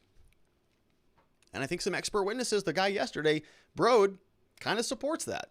So I understand your perspective, and we've talked about this previously on the show, Pinky, and I think we talked about it over on Clubhouse recently. And Ma actually brought this up, this point. Yes, maybe there are legal standards. Maybe there are certain things that are legally sufficient and they're justifiable in a court of law, but people, this case is about people, and it's kind of like what Nadar was saying, right? It can be very technical. We can be very mechanical with this stuff. Yeah, we can say arterial sclerosis 100 times until we're blue in the face, but it's about people, and people saw what they saw. They saw the Chauvin's knee on Floyd's neck, and it doesn't sit well with people. And so people are asking the same question like you, Pinky. They're saying, hey, why didn't he do something about that? Because it doesn't feel right. Could be CO2, carbon monoxide, could be arteriosclerosis, fentanyl, methamphetamines, whatever. But how do you explain that? We're going to see what the jury has to say about it. We've got chairman of the board. So if they determine that it was the combination of events that killed Floyd, and he likely wouldn't have died without the drugs, but also wouldn't have died without the police actions, is that reasonable doubt because the police wouldn't have killed him had it not been for the other factors? Yeah, so I think what you're asking for, chairman of the board, is you're trying to identify the but-for cause. If we know we have a number of different variables in this whole equation. Floyd's dead. Bunch of things happened. Could these things have killed Floyd? And we start pulling out different variables, right? And Nelson did this with one of the expert witnesses. I think it was, she was a female doctor, older woman. Couple weeks ago, she's on our slide somewhere. Anyways, he was going through the list and he said, all right, listen, if you showed up at somebody's apartment and they were dead inside and they had 11 nanograms per milliliter of fentanyl in there, Would you consider that to be sufficient? That alone, would that get you to a cause of death? Yes, it would. What if you saw somebody that had 90% blockage in one of their arteries in their heart? Would that be sufficient to get you to a justifiable cause of death? In other words, would you stop looking if you saw that for a cause of death? Yes, we would. So you have all of these different factors, and they're all sort of layering on top of one another. So what you're trying to identify, Chairman, is the but-for cause. What is the one thing that we know is a variable that if we take that out, George Floyd would not have died? Government says it was the knee. Looking like the defense is saying it was the heart. Your question, he wouldn't have died without the drugs, but also wouldn't have died without the police actions. Is that reasonable doubt? You're going to have to weigh the credibility of the experts. You have competing viewpoints for the cause of death. One of the government's own experts more closely agrees with the defense cause of death. To me, that sounds like reasonable doubt all day. McWaffle says, Blackwell establishing reasonable doubt about Floyd taking opiates. Did you see Floyd spit out a pill in the police car? We know the pill was there. Floyd isn't on trial. They have been on the back foot, in essence, creating reasonable doubt for the issues surrounding Floyd. Why Nelson's job was a little easier during their case, I don't know. Did you see Floyd spit out a pill? Yeah. I mean, he's acknowledging, right, that there was a pill. And we saw that there was testimony about saliva on that pill, right? Saliva and Floyd DNA. I'm not making that up. Liberty or Death says, any thoughts on who has presented a better case? So right out off, from a gut perspective, the prosecution, I think, without any question of a doubt. Prosecution has a better style, a lot more provocative, a lot more emotional, very much using demonstrative evidence, beautiful PowerPoints, video, 3D renderings, charts, graphs, arrows, all sorts of, the production value, I think, was way better than the defense. And it should be, right? It's their case. They have something like 10 different attorneys working on the case that are officially on the case. I know Nelson is part of a bigger firm, but I'm not sure what sort of resources he has. So they've got all of these people from all over the country just sort of piling in. I think their presentation has been clearly better. Now we have the next question. Was Nelson's motion to acquit the same as an attorney would file a Rule 50A motion at the end of a plaintiff presenting evidence than a 50B after a jury verdict? So if you're talking about civil rules, I don't know. In Arizona, we call it Rule 20. So it's it's a rule of criminal procedure. Okay. Judgment is a matter of law. So again, that's not my area. So, we in Arizona, we have a rule that is very similar to what they have in Minnesota. And it's basically after the state presents their case, we just move. We say, look, they've got the burden of proof, which they're going to prove at the end of trial, but they've got the burden of production. They have to bring enough material into court in order to justify their case. And we've heard everything that they have. They don't have anything. So we're going to move for a judgment of acquittal. And it's almost just a procedural thing. Now, almost every single time, very rarely does a judge go, you know what, you're right, I haven't heard of anything. I had a bench trial one time, I think early in my career, where I was doing I'll give you an example of this. So this was a criminal speeding trial that I did really early in my career. It's a criminal charge in Arizona. It's a misdemeanor, same category as a DUI. And it's a very common offense. A lot of people get this. They don't want criminal convictions on their records. They hire a lawyer to go do it. I did this trial one time, and I moved for a judgment of acquittal, essentially, is what it is. And the way that it worked is the officer was presenting their evidence. I think that so long ago, I'm trying to remember correctly. Officer was presenting the evidence. I think I told this story once before, but the officer and the prosecutor forgot to mention identification. So they just glossed over ID, right? They couldn't identify the person who was driving the car. So they presented a ton of evidence, going this fast, driving like a maniac. This was a young kid who was doing X, Y, and Z. We know that he was 25, blah, blah, blah, right? Got him on radar, going up, down the I-17, whatever. Kid was like dead to rights. But the government missed identifying the kid. They didn't say anything about it. So I don't know who the hell they were talking about that day. Sure as hell wasn't our client though, but they were going through and all this evidence. And I just, okay, Judge, they presented a nice case. Whoever they talked about there sounds like he's in deep trouble, but they didn't identify my client, right? Not here. No idea who the hell they're talking about. So even if everything they said was true in their case, the judge could not fine for them because they missed a pretty key element, which was ID. So that was a not guilty verdict. That was a pretty good win. Pretty good win. The prosecutor was not happy about that. I like to shake hands after, not anymore because it's COVID and nobody's doing trials, but I like to shake hands after the end of a trial like that. Just say, hey, thanks for showing up. I know we're both here. We're both trying to, articulate for our sides. Sometimes these things don't work out. Try to shake a hand. Didn't happen. No. Stormed right out of the courtroom. But that's okay. That's okay. That's just how these things work. Good questions. We got Bessa Miento says, Blackwell's questioning sounded very puerile to me, not at all knowledgeable, believable, or sophisticated. Yeah, it's funny. We're getting a lot of those comments today. So it wasn't just me, right? He did sound almost a little, I don't want to use the word childish, but a little bit childish, kind of petty, kind of bickering over a lot of the same stuff. Nelson didn't do that to their witnesses, right? He was sort of a little bit easier going with them. And so sometimes that stuff rubs the jurors the wrong way, but I don't know. We've got _shades says, what about the gum? It was all over Twitter today. They said it was gum in his mouth. Okay, it could have been. Or it could have been the pill that was found in the back of the car that has saliva and DNA on it. I don't know. Could be one or the other. Did they find gum? Did that come out in court today? Did I miss that? Was there gum today? I could have missed that. I'm serious. I could have missed it. Norovirus said, I said this above. The city is so sorry they agreed to $27 million now. What are they going to do for this weekend shooting? And what about the next weekend? They're going to run out of money. They are, yeah. $27 million to Floyd, another $27 million to the Wright family. Probably going to be another one soon. So we're going to be looking at close to $100 million here pretty soon. That city's going to have to do something to generate those funds that they feel are warranted to give out. We got Todd Trout says Dr. Sam Shepard case is what the TV series and the movie The Fugitive was based on. Oh, cool. I didn't know that. He wrongfully got convicted for murdering his wife in the 1950s. Media convicted him by influencing the jury. Wow, I didn't know that. Harrison Ford. I didn't kill my wife. Tommy Lee Jones. I don't care. Jumps out of the chute. Good movie. Maybe I'll watch that this weekend. Good questions. All right, so we got Hack Consulting in the house says, I think that the new riot will lessen the June stuff on regards of the jury.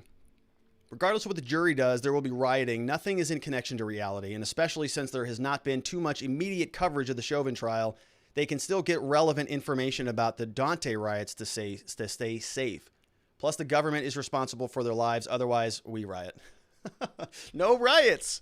No riots, Hack Consulting. No. Peaceful.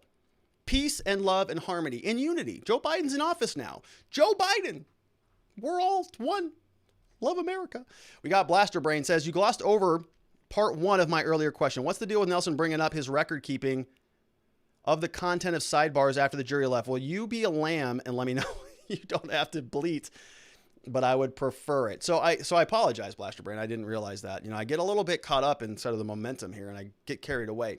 I don't actually know what you're talking about. What's the deal with Nelson bringing up record keeping of the content of sidebars after the jury left? So I watched the end of the testimony today, but I didn't see that. So I'm not sure what he could be bringing up. I mean, I would imagine that all of that stuff is being logged, right? Because they have a court reporter who is noting those things. So I'm not sure what Nelson would be record keeping. I'm not sure what he would be gathering in order to communicate to the court. Maybe he sees a pattern about something. You're sustaining their objections, but not my objections. Want some clarity about that. Who knows? We've got Ma Fox says, come on, the people yelling about cops not administering aid were going to become more violent upon rendering aid. Blah. Yeah. So that's the converse argument, right? That if they would have helped, that would have saved his life, not caused the crowd to be more violent, because they were doing what the crowd was screaming at them to do, right? Check his pulse, give him CPR, all that stuff. If the cops start doing that, what happens? Does the crowd now say, you're checking his pulse too hard? Or you should be rendering more aid and we're going to beat you up now? No, right? I think what Ma is saying is that it would sort of lessen the tension, and that excuse from Chauvin that we needed to maintain our defensive posture doesn't carry any water with Ma Fox. We have NY Renal MD says, I watched a portion of the pathologist's testimony today. It was meh. The only thing I think was convincing was his accent. Yeah, I commented about that. That's why I commented, because it was compelling. It is what I expected from a pathologist testifying about life and death. So far, there is some reasonable doubt for a lot of the charges for me. I believe from what I saw, Chauvin is guilty of pretty bad misconduct. So that's another opinion from the good doctor in the house, NY Renal MD. And yeah, it was meh. I mean, it was kind of a bland day of testimony. We had some basic PowerPoint slides, pretty basic stuff, nothing particularly groundbreaking, and I appreciate you concur. We have Ian Fromms 1. Do you feel that Chauvin's body language, like seeming very relaxed with his hand in his pocket, kind of dispels the idea that he was scared of the crowd? Yeah, so listen, I don't want anybody to think that because we play around with some ideas on this show and I can articulate a defense and prosecution argument that I think that Derek Chauvin was somehow beyond a reproach or completely innocent in this case. I'm just articulating some of the defense arguments here. I think Derek Chauvin is not a admirable person, right? And I have a very difficult time with cops who do this stuff. I'm a defense lawyer. Okay, the whole point of this show is called Watching the Watchers.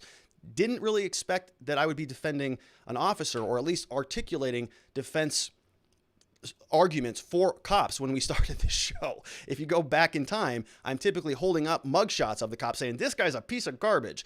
But I still think that everybody deserves a defense, right? It's the presumption of innocence. Derek Chauvin gets that as well. That being said, I do not believe that he's a good, honorable, nice guy who did an admirable thing that day. I think he's not a good person. And you could see it in his face and you could see it in his body language. And I think he is probably that 140-pound, 17-year cop that I've had a lot of experience with dealing with, stereotypically, of course, that thinks that everything that they do is right, that they have an unlimited license of power, that they can go and do whatever they want in the world and get away with virtually anything because they have for 17 years. So I don't have any love for Derek Chauvin. And I agree with you. I think that, what we saw in the video was reprehensible. It was awful. And you can go back in the archives and watch what I said on that day about what we saw in the video specifically. But we know a lot more now. And the real question is about cause of death in my mind. And we're going to see how that plays out because we still got a couple days of testimony left, I think. We have Roy McKay. Was it smart of the defense to use an expert who is currently being sued for the extremely similar case of Anton Black? So I literally don't know the backstory of that, but I just saw a headline today. As soon as Fowler got done testifying, of course, you're going to see the media is now, dunking on him because that's what they do. So apparently there's some other lawsuit that involves this guy in another case involving Anton Black. Don't know the nature of that, but no, right, not ideal. If you have an expert witness, you want them to be beyond a reproach, not somebody who's involved in other litigation. But that in and of itself doesn't necessarily undermine his credibility, and the jurors are probably never going to know about that either. So who knows if that matters. Justice First says, if, as it seems so far, Chauvin did not obstruct the airway, did not block blood flow, did not compress the chest, could he be charged with not administering or impeding timely CPR? So I don't think so. I mean, I think those are, interesting possibilities. First of all, I don't know if those are even criminal charges in Minnesota, whether you can be charged for not administering something, sort of that what's it called? Good Samaritan law, right? You have to render aid. If you don't render aid, then you can be subject to criminal liability for it. Not sure that is a thing that exists in Minnesota or not, but I think your point here is, does an officer have duty to render aid? I haven't seen that really come out. It was more like the nature of the conversation has really been about Chauvin exceeding force and a reasonable officer at the scene would have rendered aid. Not that they're required to render aid, but that they would have under the reasonableness standard under Graham versus Connor, I think is what they were referencing. We have Norovira says, I mentioned this elsewhere, but if Floyd went to the ER with a complaint of not being able to breathe, had a stress test, and found to have a 90% occlusion, he would have been sent to the cath lab that day. Within hours, Floyd was a dead man walking. Norovira is a doctor, by the way. Now society wants to punish Chauvin in their political correctest moment for nothing more than circumstance. Well, there you go. That's a doctor. So we have another expert witness. We got Blaster Brain says, Rob, I have been watching since the Rittenhouse incident brought riots near my home. I don't always agree with you, but you are obviously a genuinely reasonable son of a bitch. I was hoping to buy you a beer one day, but since you're sober, let's make it a burger or a steak. If I ever make it back to Phoenix, good night, period. There's a period right there. Okay, just buy the book. Very simple. Good night. We're done. So thank you, Blaster Brain. I appreciate it. First of all, thanks for being here so long. We've been through a lot since the Rittenhouse case. Have you seen how much the show has changed and how sort of the waves have come and go? I mean, good Lord, it's been like 3 lifetimes talking about all the legal stuff that's been going on in the last, 6 months alone. The election, January 6th, all of the follow-up litigation. Oh my goodness, it's been a while. I would love a burger. I'd love a steak. We'll see if we can maybe make that happen. I really am kind of an antisocial person, if I can be honest about that. I like to work, and that's kind of about it. I like to go to the gym, but we'll see what we can do about that, Blaster Brain. It's not because I don't love you. I do. I just am kind of antisocial on a lot of things. All right, so great questions. Oh my gosh, so many good questions today. All of those came over from watchingthewatchers.locals.com. We have to move on to our next segment. So if you want to join in on the community, join in on the fun, head on over to watchingthewatchers.locals.com. We're going to be back here tomorrow and more with all of the Derek Chauvin stuff. So if you're not already subscribed, please make sure you do that as well. All right, so now we can move on to the next segment. It's not even that far off. It's very, very closely related, but we got to talk about Daunte Wright. The officer who was involved in the Daunte Wright shooting has now been charged with second-degree manslaughter. We're going to break this down, including what happened. We're going to go through the charging documents. We're going to take a look at really why she's being charged with this. We're going to look at the statutes, and we're also going to look at a defense.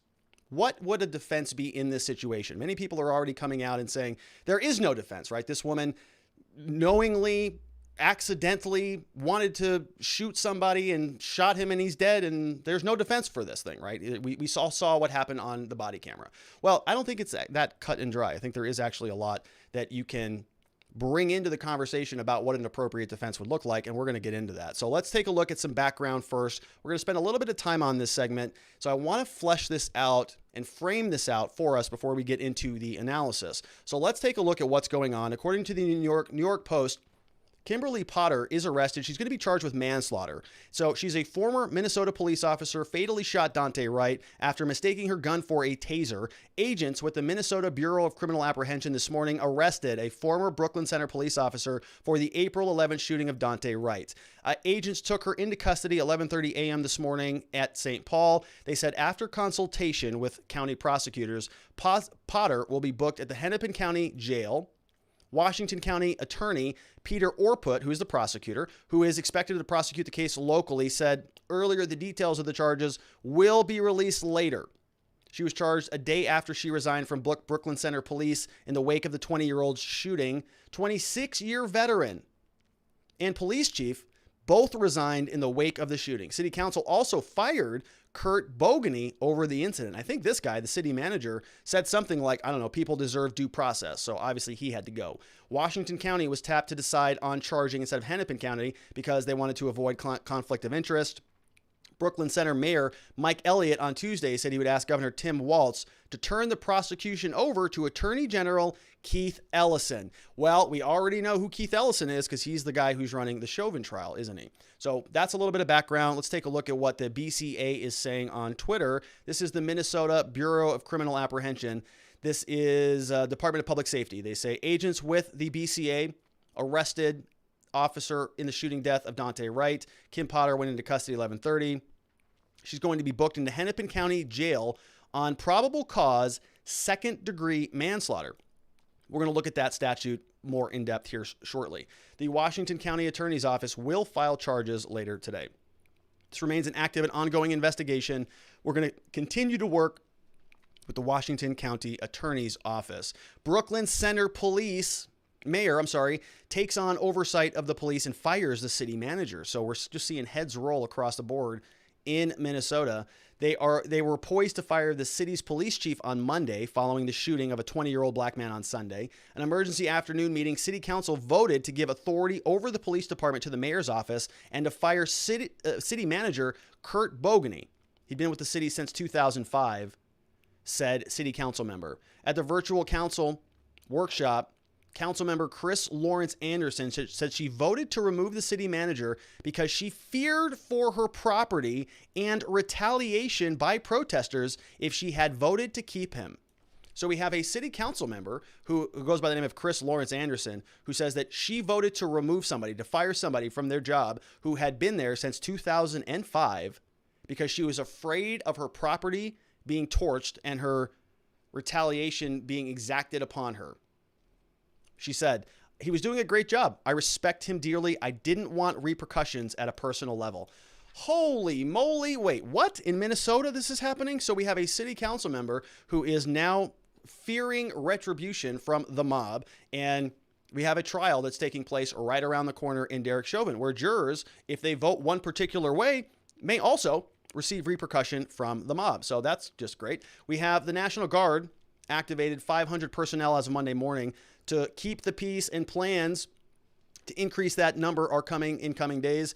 They want to burn the place down, said New. New said as he stood across the police station, I'm sick of it. This has to spark change. Some Guard members blocked the entrance to the Shingle Creek Crossing shopping plaza, where social media posts showed looters ransacking stores, carrying off everything from printers to clothing. Some stores in that plaza also had faced damage in late May, which was after Floyd's killing. We've got New York clothing manager said the only item left appeared to be a pair of jeans on a mannequin. I understand why people are frustrated. He said, I really do. At Walmart, flip-flops and bottles of fruity drinks littered the parking lot, where a man who gave his name as Thomas was part of a small army of store employees picking up trash and debris. All of our large screen TVs were taken. Netflix for justice. Get your big screen TVs, go home and fire up some streaming TV. In the name of American justice and equality. All right. We have a night of rage. Daunte Wright rioters burned down police building and forced cop Kimberly Potter to flee her home after her address is leaked. So this is a bad situation that's getting dramatically worse by the minute, by the day. More than 60 people were arrested in Portland, Minneapolis, New York, Philadelphia, and Chicago amid growing unrest throughout the country after a 25-year veteran by the name of Kim Potter shot and killed Wright during a traffic stop on Sunday. They descended onto the home of Kim Potter, who shot Wright after allegedly mistaking her gun for a taser. 25-year veteran, her home was barricaded up on Tuesday night as crowds gathered outside her 5-bedroom house. Potter and her husband, a former Fridley police officer, fled the residence after the address was shared on social media. Riot was declared in Portland for a second consecutive night after the police union headquarters in North Portland was swarmed by around 100 people and set on fire. Smoke engulfed the street as the flames erupted. Next to the letters ACAB, which means all cops are bees. Scores of protesters in Brooklyn Center last night lobbed bottles and other projectiles over a fence in front of police headquarters as chaos erupted outside the police station. So not looking good, right? And we have a woman who is in the thick of it right now, being basically driven from her home. City sounds like it's in total disarray. 60 people arrested all across the country. Protests all over the place. It's not good.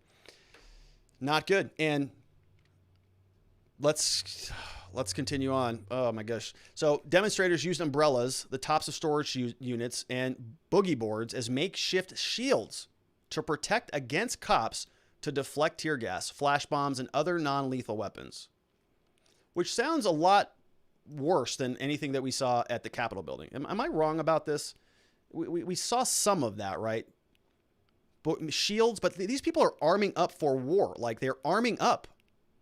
Shields. Were there Capitol Hill people with shields, flash bombs, and other non-lethal weapons? Like, these people are arming up for a battle. Police declared an unlawful assembly at the drastically reinforced Brooklyn Center police station as riot cops and the National Guard shielded the building, which is now enclosed by concrete barriers and metal fencing.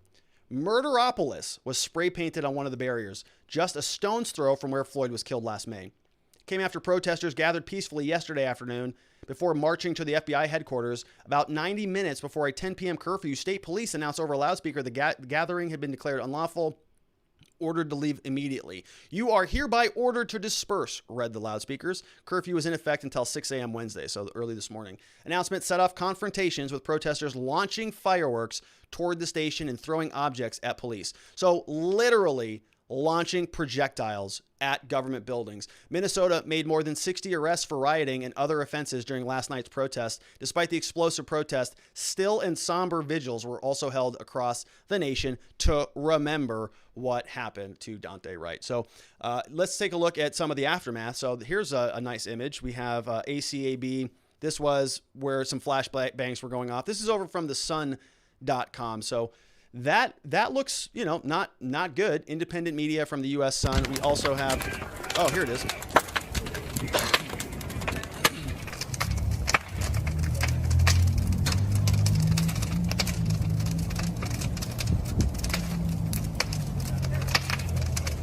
Hey guys, can you please step back? We're gonna have some fire folks coming in. Thank you. If you guys can stay back on that sidewalk, let's secure the sidewalk line.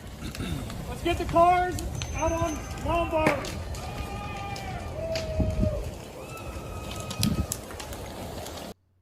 All right, so, not a good situation. I wonder if the FBI is going to be posting on Twitter every day looking for all of the people who are involved in all this stuff, because they're still working on that for the Capitol Hill people, but I wonder if they're going to take that same vigor and tenacity and go after all of these people. Somehow, I doubt it, but let's carry on. We have another image of fencing and barriers surrounding the home of Kimberly Potter, and so that's their house. You got the police boarded up, concrete barriers, no parking at any time. They're sort of just securing her residence as they should, right? Look, this is America. We still have the presumption of innocence in this country. We still have due process for the time being. Don't know how much longer we're going to have any of that stuff. But, and I'm not being hyperbolic about that. I'm like genuinely concerned about this. But this is now a judgment of guilt, right? I mean, this woman has not even she had her day in court today. She's already been thrown out of her house. We have protesters throw flashbangs at police as law enforcement smoked people to disperse. So you see them coming, pretty suited up. You've got some serious COVID masks, if they want to claim that's what those are. These look like tear gas masks, right? It's to prevent people. These people are suited up. They have battle gear on in a way that we have not seen other protests. We have the National Guard stepped up to patrol during the third night of protest in Minnesota. So we got some troubling imagery. Other projectiles include a traffic cone. So, that's not that dangerous. But there was another officer who was saying that there was, in fact, frozen cans of pop, he called them, I think. It was just how you know you're in the Midwest. And so now let's take a look at what Miss Potter, Officer Potter, is being charged with. Here is the statute, and this may look familiar to you because we've already covered this in the Chauvin trial. 2020 Minnesota statutes, manslaughter in the second degree. We know that this is what she's being charged with, and here is what it says: 609.205. A person who causes the death of another by any of the following means is guilty of manslaughter. May be sentenced to prison for not more than 10 years, fine of $20,000 or both. So before we go through this, right, we have to understand what she's being charged with before we can build a proper defense for her. So let's take a look at how this statute works. And we went through this a couple days ago. We looked at the murder charges, manslaughters, all of them. And this was the one that I thought fit most, mainly because of this one right here. Number one, by the person's culpable negligence, whereby the person creates an unreasonable risk and consciously takes chances of causing death or great bodily harm to another, right? That's the one that fits, subsection 1. Number 2, shooting another with a firearm, no. Spring gun, no. Negligently permitting an animal, no. None of those stuff. Okay, down here we have, if proven by a preponderance of the evidence, it shall be affirmative defense that provoked an animal. So that doesn't apply either. So we're only worried about basically this right here, manslaughter in the second degree. Now let's break down this statute a little bit because we see this one in the Chauvin case. And in the Chauvin case, we've been really bickering about this word here, causing death, right, in Chauvin. What was the ultimate cause of death? We're also arguing about culpable negligence, right? Cause of death is being dealt with the drugs killing Floyd, heart disease killing Floyd, or was it the knee on the neck that killed Floyd? What was the cause? And that's in the statute, right? The causing death. It's got to be in there. Somebody has to die, and somebody needs to be the cause of death. Consciously takes chances of causing death, does something reckless, does something that creates an unreasonable risk. And that's what we're using in the Chauvin case, or what the defense is using in the Chauvin case, to sort of say that he didn't cause the death. And on top of that, he wasn't negligent either. This is where all the use of force conversation comes into play. So he wasn't negligent, right? This was a legitimate use of force. He was allowed to put his knee on the back. Prone position's not even dangerous. Other use of force experts like Officer Brode, who came in yesterday, they were testifying that this is perfectly reasonable. An objectively reasonable officer would have done that itself, right? So on the Chauvin case, you're seeing Nelson frame this out for these two concepts: culpable negligence and causing death. Well, in this case, now we're talking about Kim Potter, so we got to change gears a little bit. Do we have a question about causation? Is there any doubt in anybody's mind about what caused Daunte Wright's death? No, right? Not at all. You could do an autopsy of him. You could say he had heart disease, he had cancer, he had whatever you want. But none of those things killed him. What did? The bullet. Pretty clear. Different than Chauvin, right? We got a lot of different causal factors that could all be sort of intertwined together on that case. So, not going to be able to defend her on causation. She killed him. No question. It was homicide. Gun fired, bullet left the gun, went into his body, he's dead. Obvious. So we can't even talk about this, about causing death. So now what do? Well, here's what you do. You say, this wasn't culpable negligence. This wasn't negligence. What Kim Potter did, the argument is going to go, wasn't negligence. How does that work? Because we all heard her say she thought she was tasing him. Taser, taser, taser. Boom. Oh, shoot, I just shot him. So what do we have to do? We have to show that this wasn't, in fact, culpable negligence. And is there a way to do that? We have to take out the entire conversation about the mistake. We have to take out the entire conversation about whether or not she was using a taser or a gun. None of that matters for her defense. Her defense here is that she had full legal authority to shoot and kill him. She was allowed to do that. It wasn't negligence. She could have shot and killed him. She didn't intend to, but she could have. And if she would have, that would not be a crime, right? That's what the defense has to be. It's that an objectively reasonable officer in that position could have shot Daunte Wright, and that would not have been a crime. Okay, that's the defense. And I know that sounds tricky. It's not. Let's take a look. First thing we want to do is look at the Graham versus Connor factors. If you've been following the Chauvin trial, you know they talked a lot about this in Chauvin. A lot about this. They're battling over this several different days during testimony.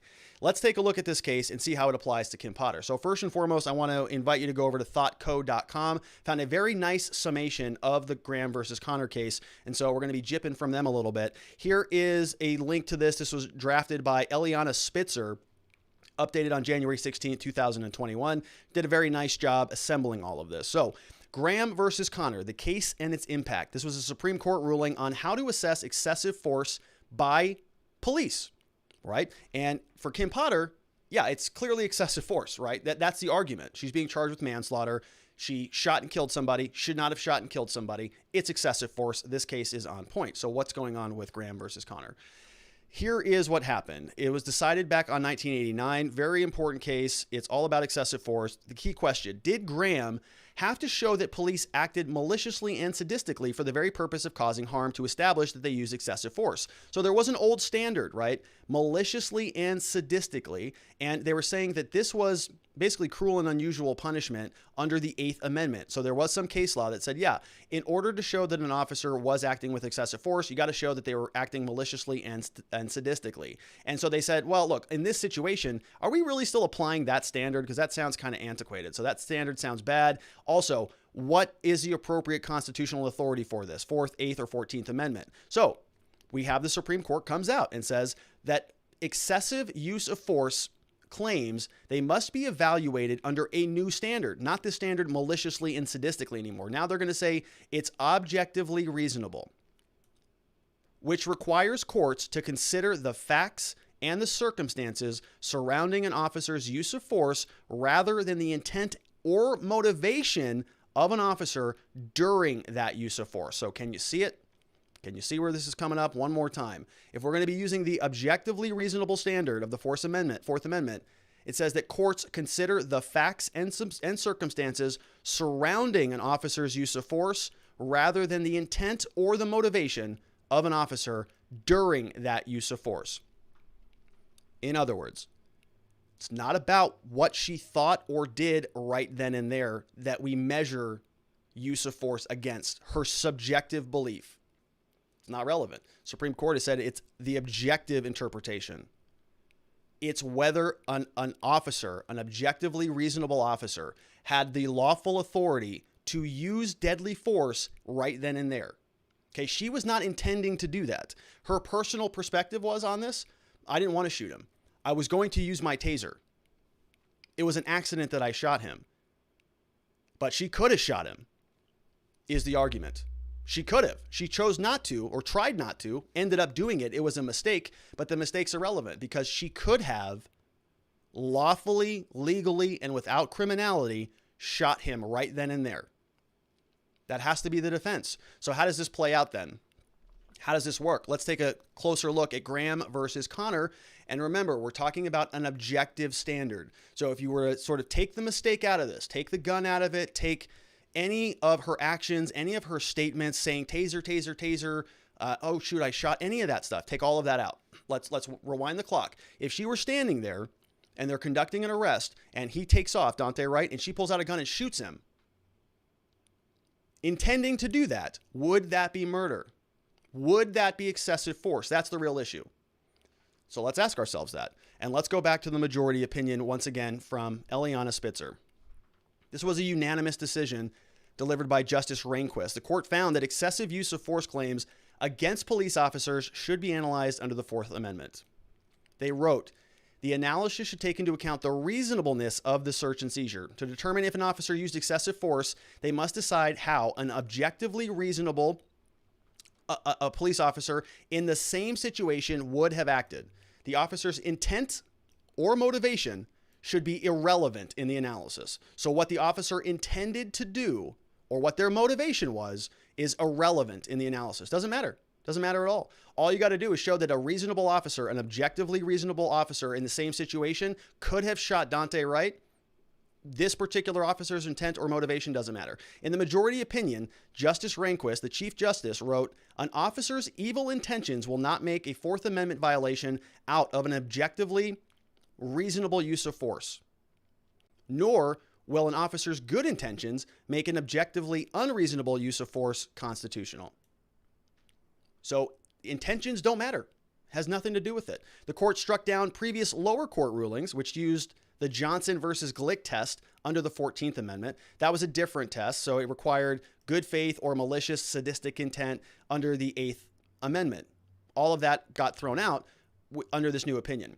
The court reiterated the previous findings, another very important case, in Tennessee versus Garner, to highlight jurisprudence on the matter. In that case, the Supreme Court had similarly applied the Fourth Amendment to determine whether the police should have used deadly force against a fleeing suspect if that suspect appeared unarmed. Okay, so this case is on point. We're going to look at this one. Tennessee versus Garner.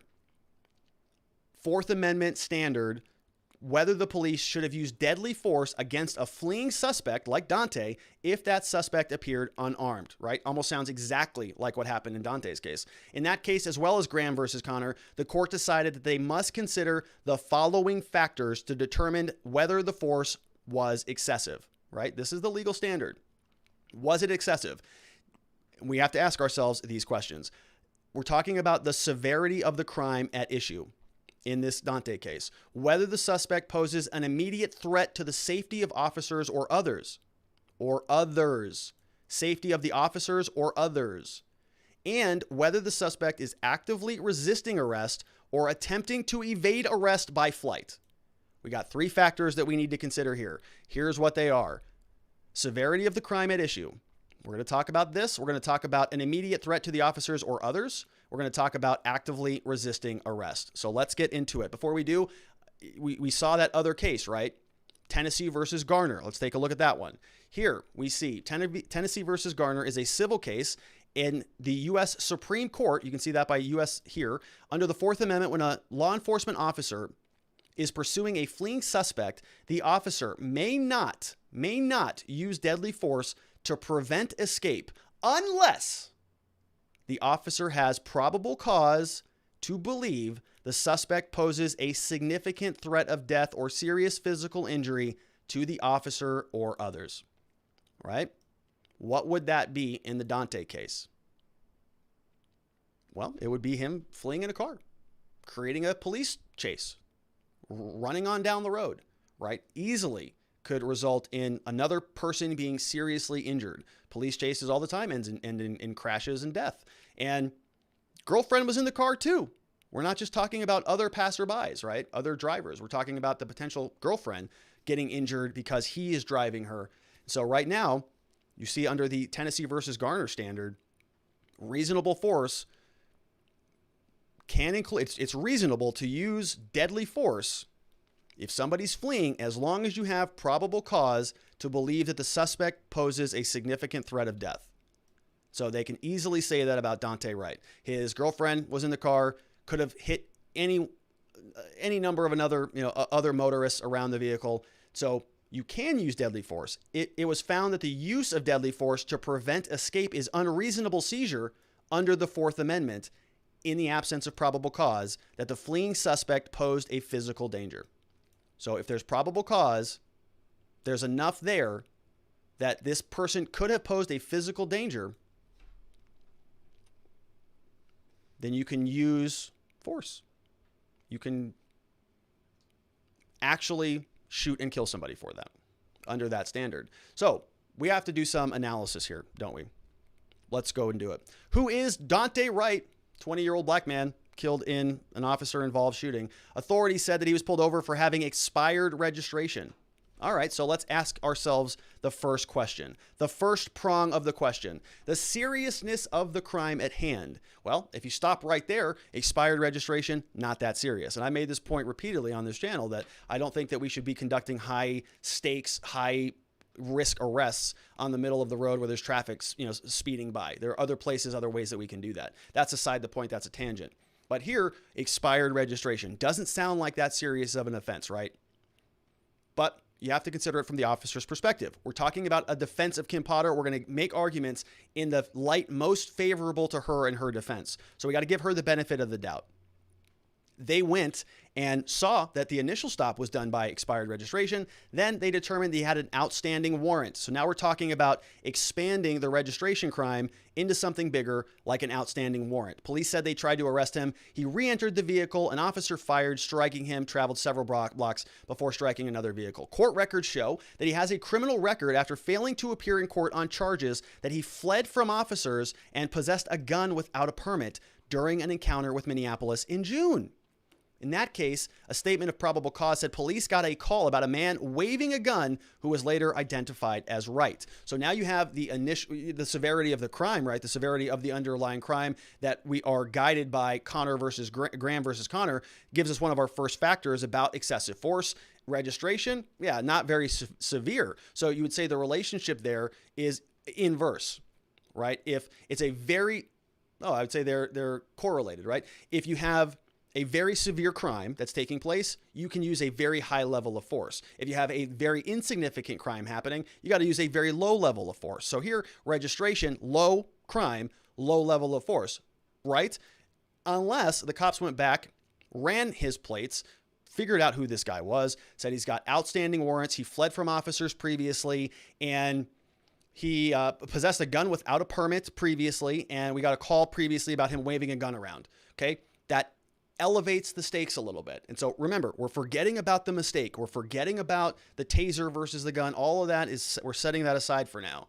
The question is, under these facts, could an officer reasonably use a higher level of force based on the fact that he's got prior gun charges?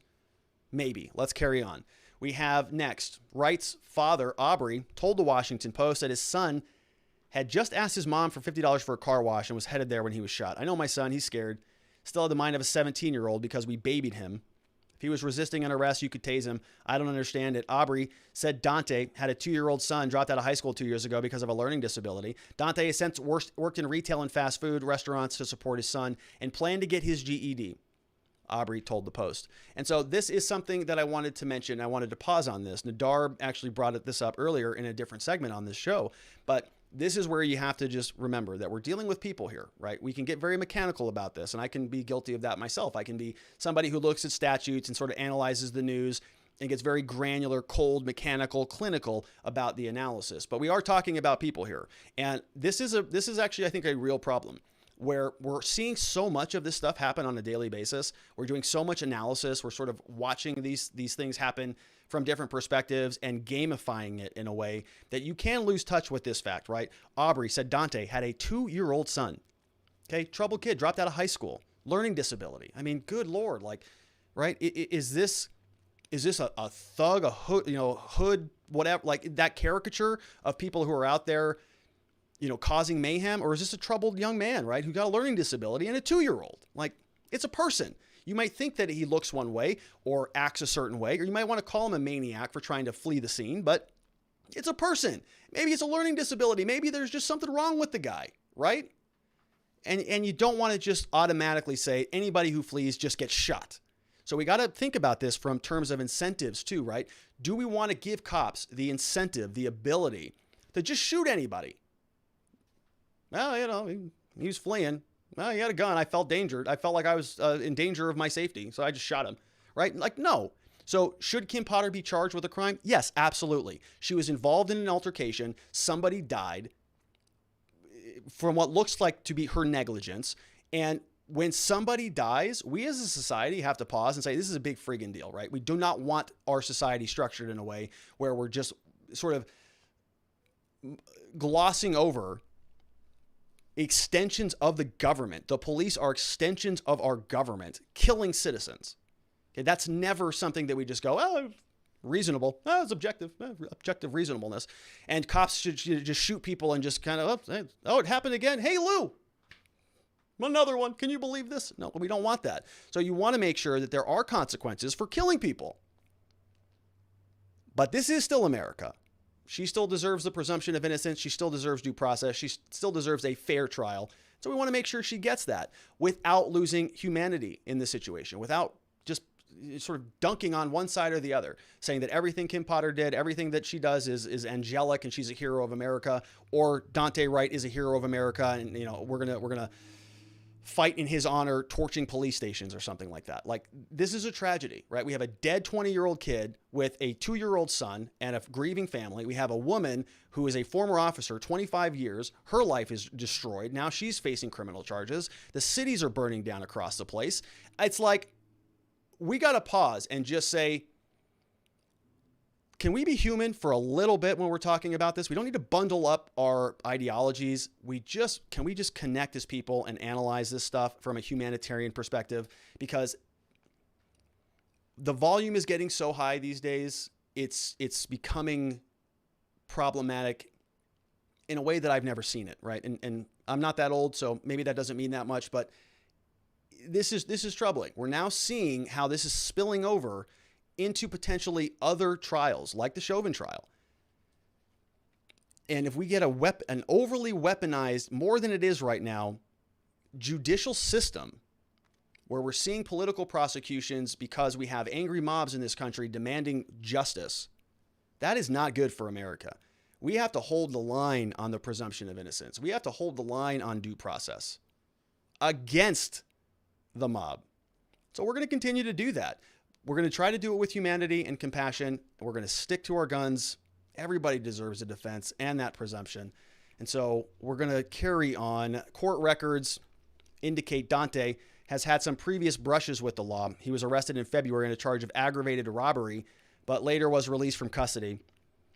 Aggravated robbery, we're going to look at that statute. February 2020, Daunte was also convicted of a misdemeanor for disorderly conduct in connection with an event to the prior summer. He pled guilty in 2019 to a petty misdemeanor for marijuana, which not a big deal. Now, aggravated robbery, right? That's a big deal. So let's take a look at this court record. Here are the charge details. We've got this happened, it looks like booking number back of 2021. released from custody, received February 11, 2021, conditional release. So he was released. Aggravated robbery is the description of the charge down here, right? From Minneapolis PD, reason for arrest, probable cause. Looks like a $0 bail, so they let him out. So aggravated robbery, right? Typically, when something is aggravated, that means that there's a weapon involved. That's why it becomes aggravated. What happens if you just break into somebody's house and rob them? That's regular robbery. If you use a knife or a gun, or you fake using a knife or a gun, hey, let me in or I'm going to shoot you. You don't have a gun. You're sort of make-believing. That's aggravated because it involves a crime.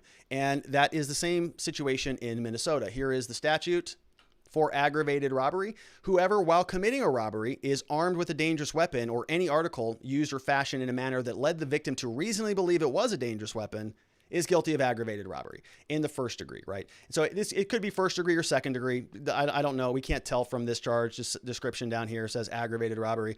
But here it says, while committing a robbery implies that we have a dangerous weapon. So it's a serious charge, right? It's a weapons charge. And he had a warrant out for another case. I don't know specifically which case it was, but here is from Minnesota court records online. We saw that there was a notice of remote hearing with instructions, e-filed a summons, and then a warrant was issued back on March 2nd. So it could have been the same case, because if it was filed February 11th, you have an initial court date. We'll say, yeah, right about that, right about 30 days out. He didn't show up to that, so they sent out another summons. Then they set a new court date probably on 4/2, about a month after March, and that went away. He didn't show up for that court date, so they issued a warrant. Then on 4/13, he's dead, so the prosecution dismisses the case, and you can see that go away, right? He's deceased. There's no further case. So he's got an aggravated robbery, other criminal charges floating around. Here is a notice of a Zoom hearing from one of his cases on April 2nd. So he was supposed to appear in court probably on this date. Yeah, right there, April 2nd. So he was supposed to appear in court for his first appearance, didn't show up. Here are the charges on that case. Pistol without a permit in a public place. It's a gross misdemeanor. We also have fleeing a peace officer by means other than a motor vehicle. So already had tried to run from cops. This happened back on June 30th, 1600 hours. Several officers responded to a person with a gun call near Minneapolis, Hennepin County. Caller indicated that a light complex 17-year-old black male wearing a black shirt, shorts, and shoes was waving a black handgun. Male then got into a white Toyota Camry occupied by 4 people. Officers located the car nearby with the person's defendant herein. Once out of the vehicle, so they checked him, right? Daunte Demetrius Wright, date of birth 10/27/20. Well, that can't be right. 2000. He wasn't born in 2020. Maybe 2000, which would have made him 20. Matching a person with the gun's description sitting in the backseat. Once out of the vehicle, defendant took off running with officers in pursuit, managed to evade the officers. At the scene, they positively identified him. They found a loaded Ruger .45 caliber handgun matching the caller's description was found on the floor where the vehicle had been sitting. Another occupant verified it was the defendant's. He does not have the permit to carry a firearm. So he got those charges, got summons to appear on, looks like, what was that, April 2nd, didn't show up, so a warrant was issued on that day, Daunte Wright. Here we have, this was signed off on, looks like by the judge, gross misdemeanor, fleeing a peace officer by other scenes. So, all right, so if the police then stop him, get his ID, they go check his information in the vehicle, in the police vehicle. They find out he's got outstanding warrants from an April 2nd court date he didn't show up for. What is going on with that? They probably have notes in their system, or they should be able to look it up. Don't know if they did. Don't know what they saw. Don't know if, this is all speculation, so I don't know. But realistically, yes, they should have seen it, looked into it. They look into it. It's a gun charge. They look at his criminal record, aggravated robbery, meaning he had other records involving weapons. So a cop now has to factor that into their analysis. And so we go back to the Graham versus Connor questions about excessive force, the severity of the crime at issue. So here we've got several different crimes, presumably that the officer knew about. Kim Potter, I would guess, knew about this stuff, right? She was walking back towards him. I'm going to guess that she went into the car, maybe learned a little bit more about him. So severity of a registration violation, very low, meaning use of force would also be very low. But aggravated robbery, outstanding warrants for gun violations, that increases the severity, which again, an objectively reasonable officer under the Graham versus Connor standards would incorporate that into their response about what level of force to use. Again, setting aside the taser, setting that all aside. Based on the facts, Could an officer, using these three standards, severity of the crime at issue, justify this prong of the shooting? I think so. We've got aggravated robbery. We've got a number of other charges. We've got a criminal warrant out. So it elevates it, in fact, from a registration violation to something more serious. Next, whether the suspect posed an immediate threat to the officers or to the others. We've already talked about this, but yeah, right. If he got in his car and fled,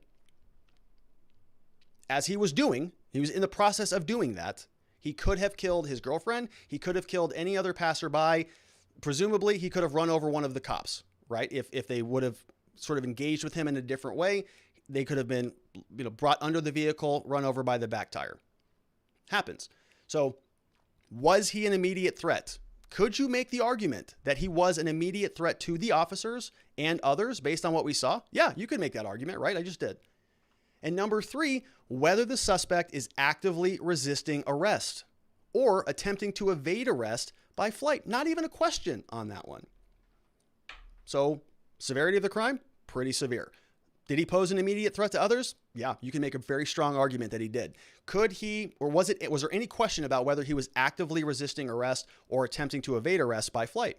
No question about that at all. So if you go through those three Graham versus Connor factors, there's a defense there. An objectively reasonable officer in that position could have shot Daunte Wright and made an argument under the excessive force rules as they exist under the U.S. Supreme Court, under Graham versus Connor and Garner versus Tennessee. Go look those cases up. So if she takes that position, if she says, I didn't intend to shoot him, but I did, and I was justified in doing so given what was happening at the scene, that's a defense.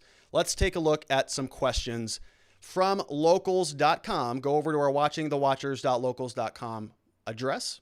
Ask a question, and let's get plugged in. We've got Big Dog 111 says, how did they charge Kim Potter so quickly? Was there really time for a thorough investigation?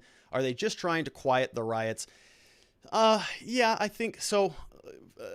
I don't have any issues with the quickness of the charge. I think that it's pretty clear what happened here. I did an analysis, I think on Monday, and I went through the statutes, and I'm pretty sure I came to the same conclusion that they did. It was, I think yes, two things are happening. One, they do want to move quickly so that they can quell the riots, but I don't think it's that complicated of a case, really. I mean, we saw what happened on the video. Didn't seem intentional. I think it's the right one that fits, so I'm not really sure that it would require that much time. Aunt Deb says, question for Rob, don't know if covered yet. Why is Officer Potter being treated so severely when the officer who shot Babbitt at Capitol Hill is not even getting a mention? And, it's a good question. And I saw that headline this afternoon, but I was already too deep into show prep to change gears. So we didn't get to talk about Ashley Babbitt today.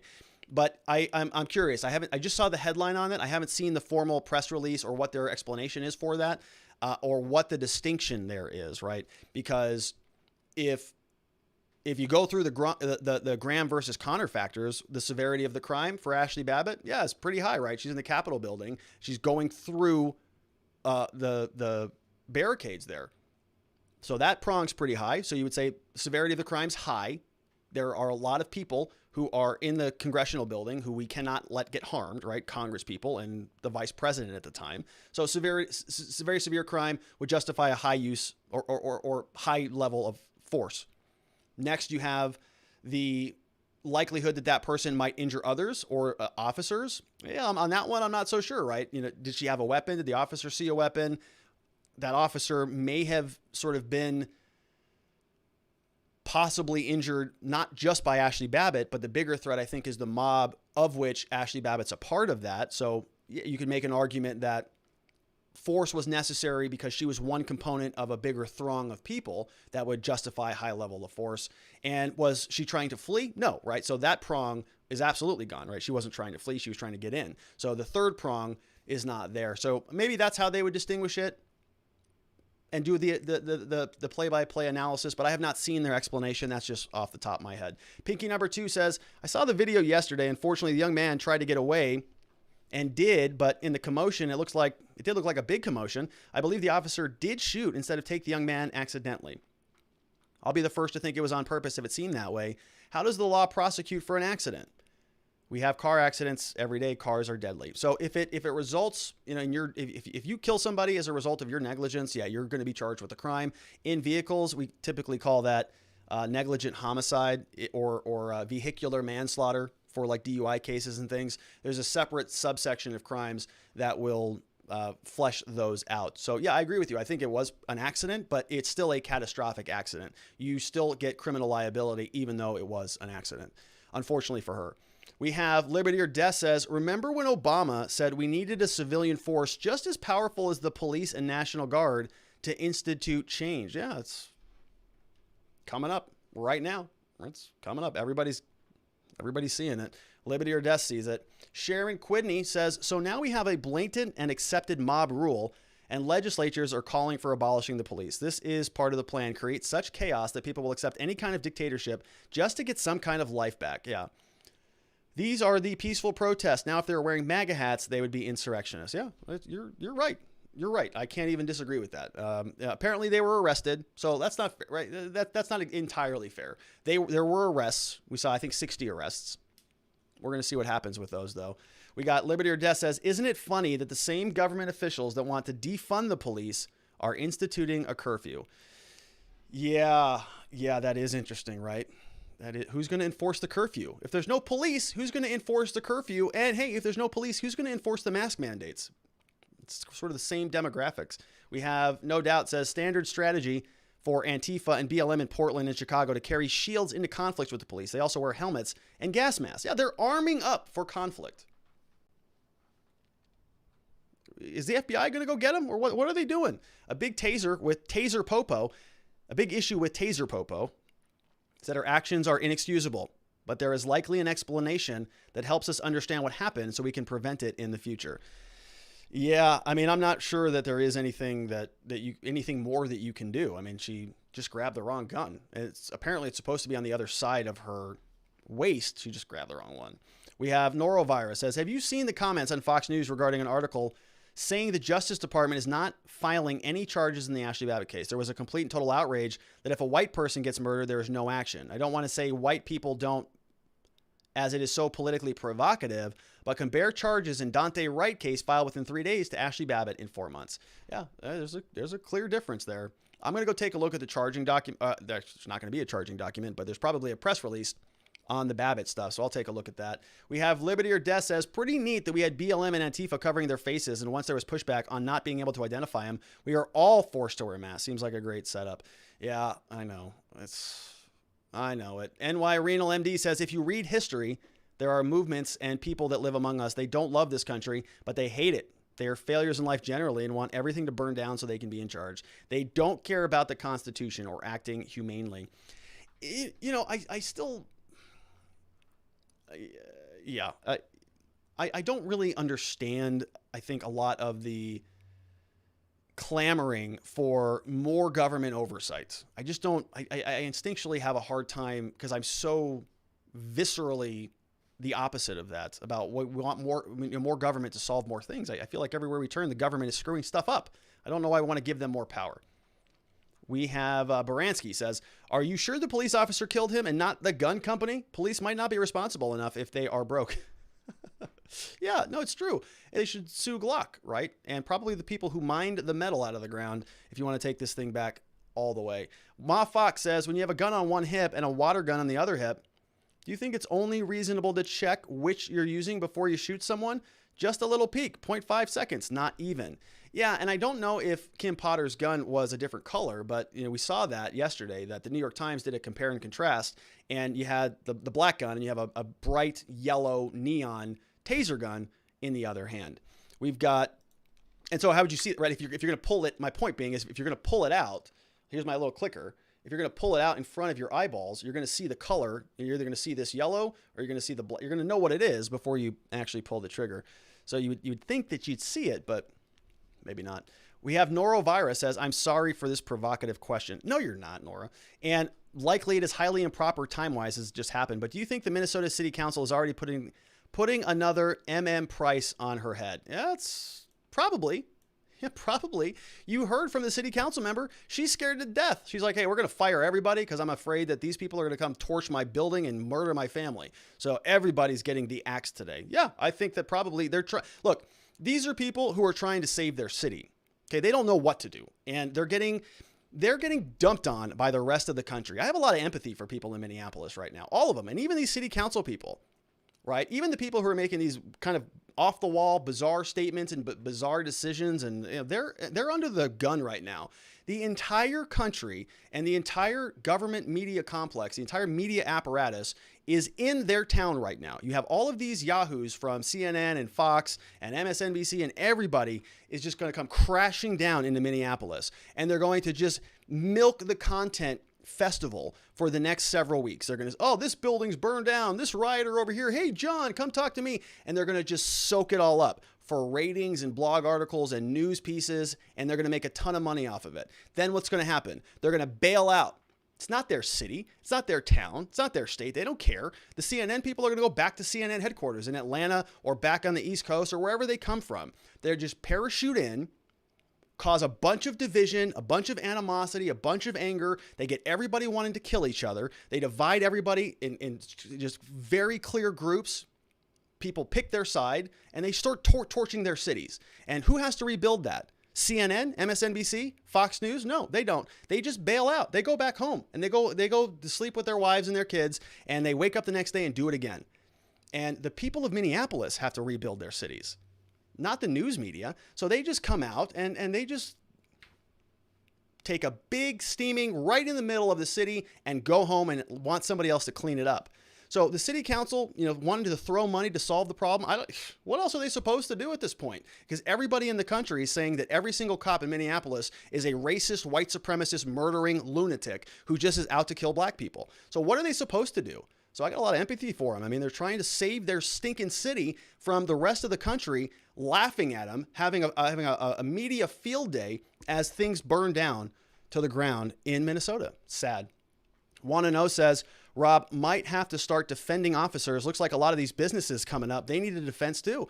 I know, this is another insane thing. It's like, I'm a defense lawyer. I started this channel to not defend the cops, to call the cops out. I have a whole board back here with like 15 to 20 different mugshots on there of the cops that we have covered.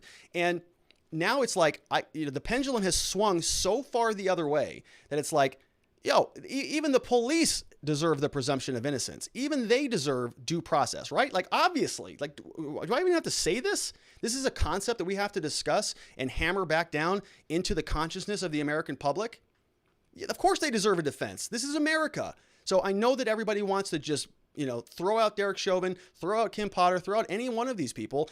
Every person deserves a defense. And when the scales of justice look like they are realigning in order to skewer people, that's when we have to hold the line, and we're going to do it because that's what defense attorneys do. And it's the right thing to do. This is what it's about. These are American ideals that I think are so fundamentally important that when I start to see them just eroding day by day, and I get to see people on Twitter and in the media just salivating over this, oh yeah, look how good this is going to be.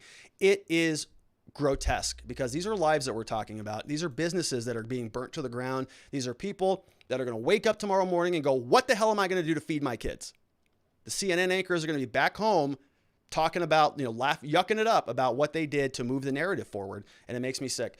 We have another question from Bacon Seeds. Says there are two types of discharges of a firearms, intentional and negligent. I don't think she is as wrong as Chauvin, but her discharge was negligent. I feel not sure how many reasonable person could see differently. I feel horrible for everyone involved, including her. I think it's a very good explanation there, Bacon Seeds. And I agree with you. I mean, I think it was a negligent thing to do, and she should be charged with a crime, and she deserves a defense. All of those things can be true and in sync. Carolina Flying says when a doctor amputates the wrong leg, it is medical malpractice. When a police officer meant to taser but shoots instead, it is police malpractice. Both is subject to criminal liability. I'm just surprised that doctors have medical malpractice insurance and police force does not have professional malpractice insurance, or do they? So yeah, they do have insurance for sure. But they also have a lot of qualified immunity, meaning they cannot be civilly sued for certain things. That's where that all comes into play. They have a special shield, whereas a lot of the doctors don't, right? They have to have malpractice insurance. The police and the courts have exempted them from liability. So they do have insurance, right? Because they get in a lot of accidents, they cause a lot of damage. They're insured up the wazoo, but it is a little bit different. They are literally protected from certain types of claims. Next up, we got Sharon Quidney says, you cannot stop the weaponization of mob rule. Presumption of innocence is dead on arrival at this point. I'm going to keep fighting for it there, Sharon, even if it means beating a dead horse. Hack Consulting says the best way to stop this crap is to have armed protests. Anyone remember the armed protest in Michigan that the Dems freaked out over? No deaths, just hurt feelings. Then a month later, Minneapolis burned down thanks to unarmed protesters. Get some armed protesters out there and the rioting stops. That comes from Hack Consulting. And yes, right, a well-armed society is a polite society. Everybody's on their best behavior because everybody knows what happens if you don't. We got Senevies 91 says, what is the motivation to police officers to do their jobs when doing arguably one of the most heated time periods between cops and criminals in our history? They are potentially incarcerated for an honest mistake while a suspect was actively resisting and fleeing arrest, further elevating the temperature of the situation. Cops are going to refuse to police.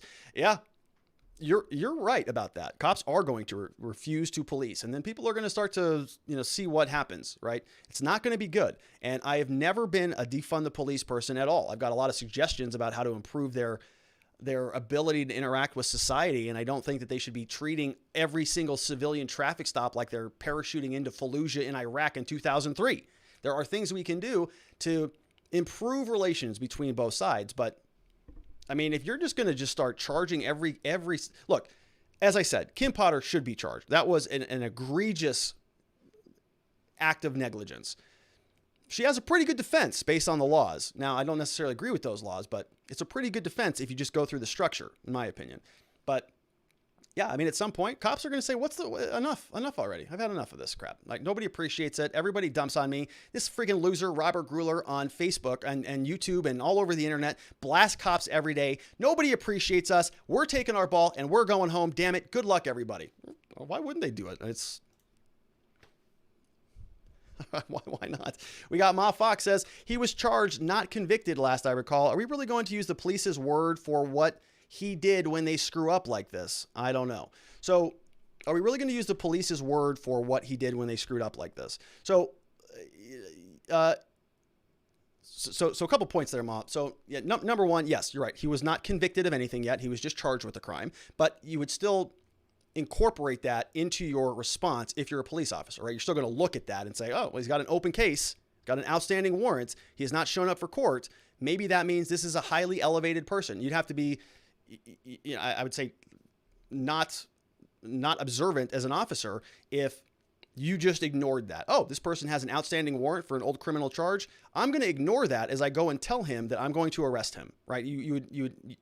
That would be a boneheaded thing to do. You'd absolutely want to make sure that you had that in your posture as you go and approach the person and say, we're about to arrest you for this open warrant. So I don't think that is just the cop's word for it. I do think that is a documented thing that's on record, and I'm not taking the cop's word for it, right? It's sort of, this is documented stuff that's in history, that's in his criminal record that we can point to. And I would guess that an officer in that situation would also know about it. But yeah, you're right. He also does deserve the presumption of innocence. He hasn't been convicted on that charge. Who knows if he would have been or not.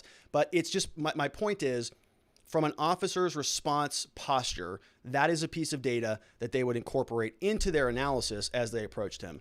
We got John Delar says, if she pleads guilty, will the judge be more lenient? So probably, if I had to guess on Kim Potter, I'm not sure that this is going to go to trial. I think what's probably going to happen is they're going to give her a plea deal for manslaughter. It'll probably be an open range type of charge or type of penalty where the judge can basically, have some leeway in sentencing, goes in, sentences her.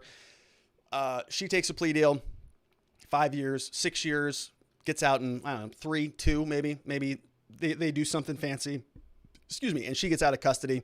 And that's the end of the deal, right? Because this is a different situation than Chauvin. Chauvin was very, very provocative in the video. What most people saw in that video was murder. And you can go back and watch me when I was analyzing the video in basically real time back in May of 2020.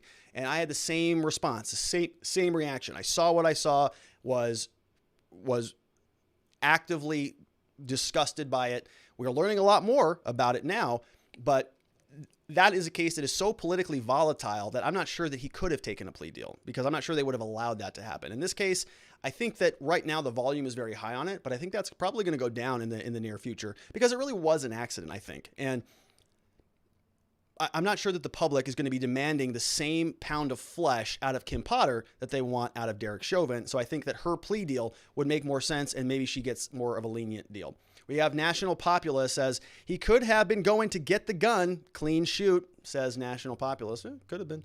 We have Senaviz 91 says they fired the city planner almost immediately after he stated that the officer who shot Daunte Wright was entitled to due process. This is all it takes nowadays. The statement should not have been controversial. Totally agree. Not even remotely controversial, right? It's like obvious. I would think that every single American in this country, no matter what side of the aisle on, BLM, anything, you go, hey, we want due process, right? No matter what. We have a process to go through that determines innocence or guilt. We want people to run through that, because what happens, look, the same people who are skewering these cops, it's the same system that skewers people from their communities, okay? When I talk about the presumption of innocence for Derek Chauvin or Kim Potter, do you know why I think it's so important? Because I also have to deal with it with kids like Daunte Wright and other people who happen to be black or Hispanic or white or Asian or whatever, right? I believe that it's important across the board, not for just the cops, not just for the defendants, for everybody. And so when certain people come out and say the cops don't deserve any due process, we saw what Chauvin did. Why do we even need to have a trial? I think Chelsea Handler was talking about that, right? We saw the video evidence. It should be a clean, open and shut case. He's guilty. We saw it. Same thing with Kim Potter. We're seeing all of these allegations out there that she intentionally shot him, and that this whole thing is a racial thing, and everybody's just trying to puff this up and convict people on both ends without any due process. You know what happens if we set that standard in place? The next time Daunte Wright goes to court, he also gets screwed, and he doesn't have the wherewithal and the money and resources that the cops do. So if they're arguing for a crap standard for the police, they're going to get the same crap standard in their lives, in their communities. And guess what? It's only a handful of cops who ever get to face this type of situation in our country on a regular basis. A whole lot more black people are going through the justice system than there are Derek Chauvins and Kim Potters going through the justice system. So maybe they should serve themselves well and say, yes, we want to double down on due process, because when there is no due process, their communities get screwed. All of our communities get screwed without due process. Black, white, Hispanic, Asian, doesn't matter. But when people start wanting to water down that standard and like preach it from the rooftops, they feel empowered. They feel like they're doing something good for society. Little do they know they are wrecking the justice system, and the media is complicit in it. We have NY Renal MD says, you are right. The founding fathers figured out the best humans could do was to keep others at bay so we could be individually free. Government eventually will morph into a tool to subjugate others. Yeah, it is. Right. It is. And it's slowly going that direction right now. Right. And COVID accelerated the whole thing. COVID gave the government all of these authority, all of these grants, and people are just, I kind of like not having to think or do anything. And so we're seeing where this is going. It's bleeding over into all of our systems, our real life systems, our justice systems, our digital online internet communities. The mob is just taking over. And, we're seeing what's happening. We have Hack Consulting says, if I point this at a cop, I would get shot. So there are nuances, sure. But in 0.5 seconds, this is a gun for the intents and purposes of a cop doing their job. Yeah, so I'm not sure what model that is. But yeah, that definitely looks and resembles a gun. The other tasers that I was looking at, they sort of have a different handle. They don't look like this really at all. And we went through one of those previously. Chairman of the board said the doctor versus police point does raise an interesting question. Can you be jailed for making a mistake on an operating table resulting in someone's death? Yeah, you can if it's grossly negligent. Yeah, they'll charge you with the same crime. As a cop, you can be in situations at any time where a mistake may cost you your life or someone else's life. Should you be jailed for that mistake? Yeah, if it is a high standard of negligence, right? If it's something that would be so grossly negligent, or in the Minnesota statute, it's culpable negligence.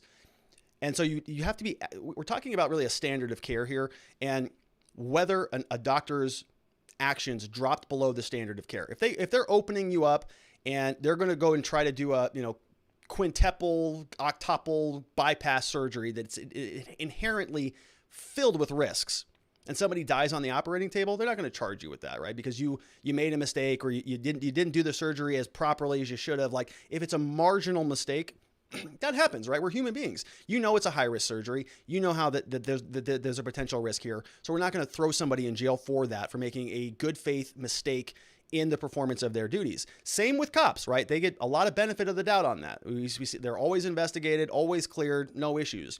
But when you cross that line, when you go from like regular marginal negligence into like gross negligence, like, you know, you in an operating table, like you cut off the wrong leg or you pull out the wrong kidney, or you're supposed to give them a shot of a suppressant or a depressant to, you know, knock them out before surgery, and you give them a shot of cyanide and they drop dead. Yeah, that's a big problem, right? That's a gross negligent issue, and you'll be charged with a crime for that. As this cop is doing. Sucks. Totally awful, right? Like it's terrible.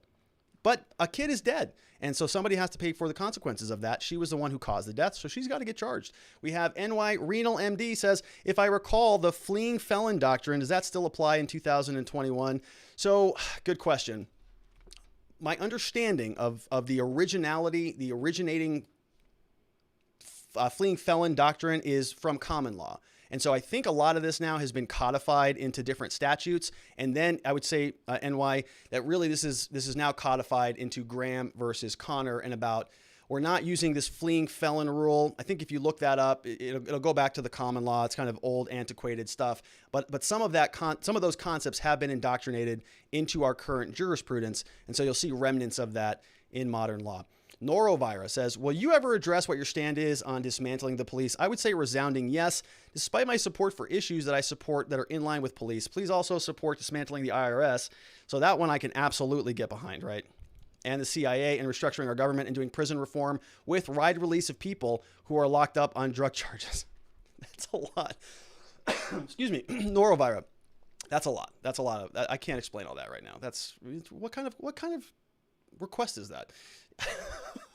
But I agree with a lot of it, right? I think that the federal government is way too big, way too big, not even remotely close to anything the founders envisioned. And I actually don't think that it works anymore. If you missed this, last Friday we had fun. We talked about how to start a new country on the back of cryptocurrency. And so Norovira, you may want to take a look at that video, because you want to get rid of everything.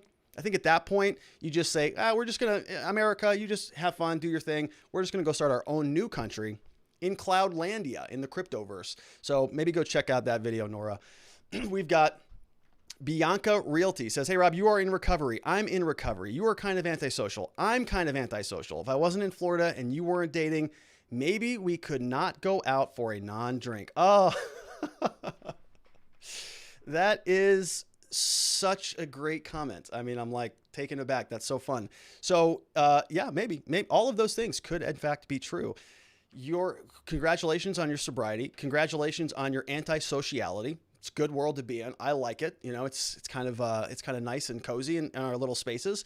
And you know, maybe sometime our paths will cross. I like Florida. You guys are doing some good things over there. Maybe if Arizona continues trending this way, maybe I pick up, move over there, and we can be antisocial together and not drink together. Thanks for being here, Bianca. That was a very nice message, and thank you for saying that. All right, so those great questions came over from watchingthewatchers.locals.com, and I am still a little blushing from the last comment, so let's change gears and finish up the show.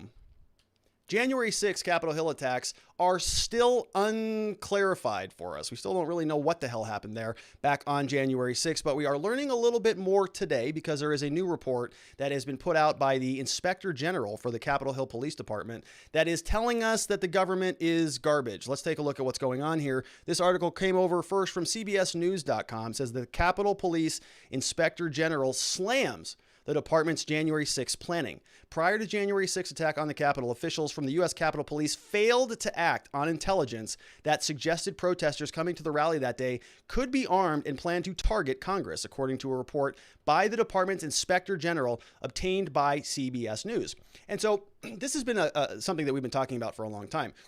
We sort of foresaw this coming, right? We knew immediately after January 6th, in the immediate aftermath, that there were all sorts of intelligence problems. We saw that Mayor Bowser, I think on January 5th, had refused to accept any additional help from outside sources. She sent a letter out to authorities saying, we don't want any help. We got it covered. Leave us the hell alone.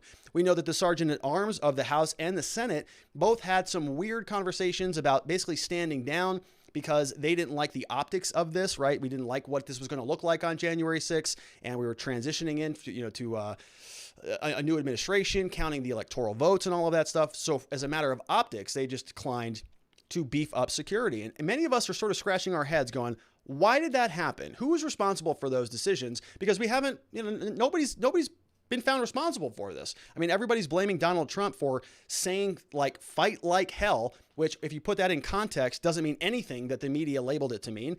And I guess he's responsible for it, but who's responsible for the security failures? Is it the Trump administration? If so, who? Who in there was responsible for it? Because it sounds like Mayor Bowser's in charge of the city. We also know that there are two different sergeant at arms people who are in charge of congressional security. We had the Capitol Hill chief of police resign, and on and on and on. The list goes on and on. We've had U.S. attorneys working on this case, FBI is working on this case. They're tweeting every day, where is everybody? We can't find anybody. Help us, help us, help us. Every day on Twitter because they can't figure it out. So what happened here? Well, now we know a little bit more from the Inspector General. The report, dated March 1, cites multiple, quote, deficiencies and the department's failure to disseminate intelligence from as early as December 30th that suggested protesters may be inclined to become violent. Findings from the report have not been previously published, and some lawmakers have been pressing to make them public, which I would like to see. We don't have the full document because they are not releasing it, because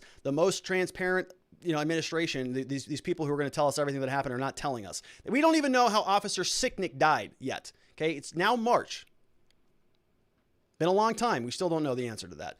Says U.S. Capitol Police Inspector General Michael Bolton. He says USCP did not prepare a comprehensive department-wide plan for demonstrations on January 6th.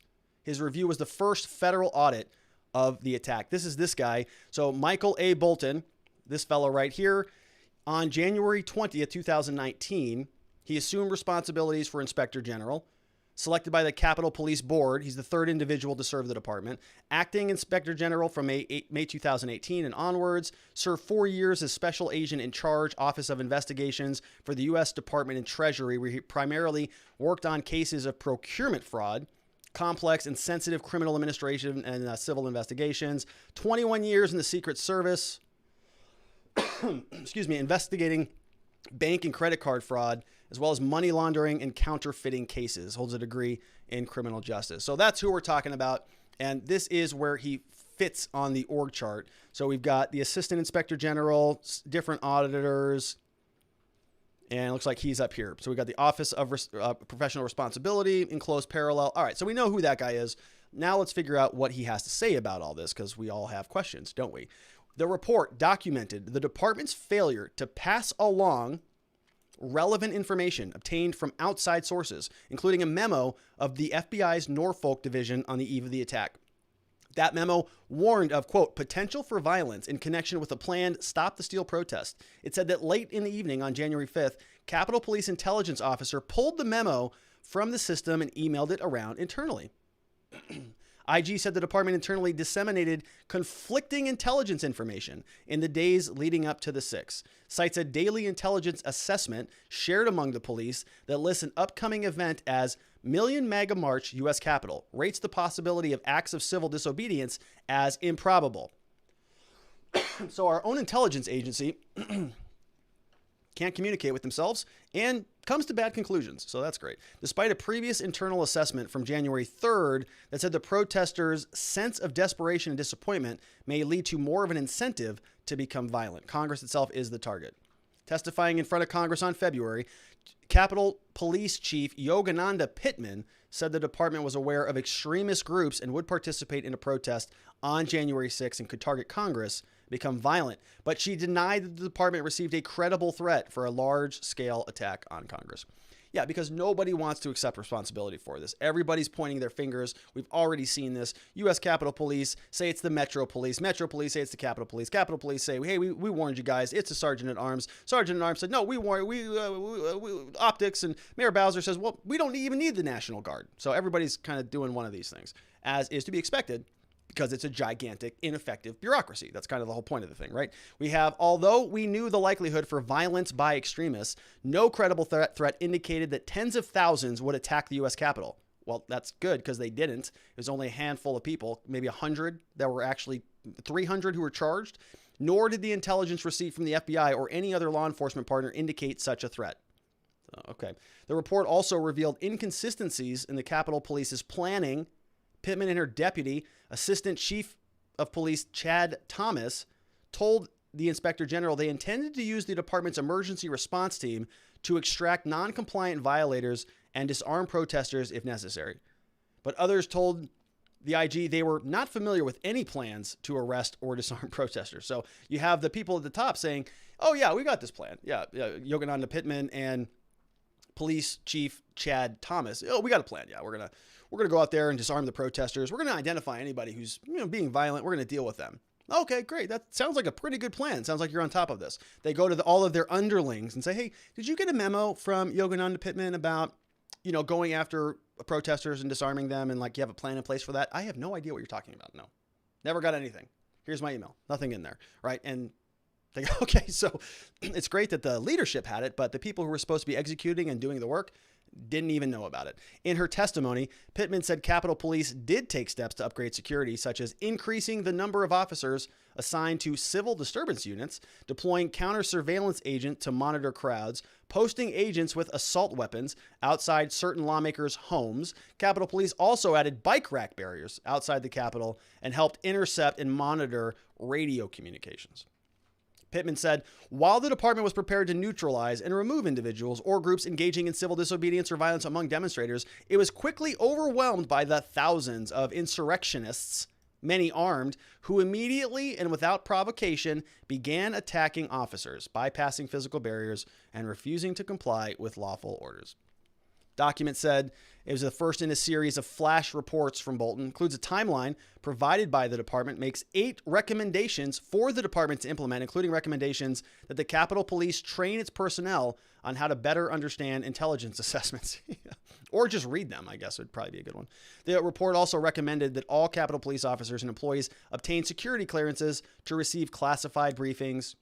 Unlike other agencies, are not required by law to publicly disclose reports by its Inspector General. Yeah, so isn't that nice?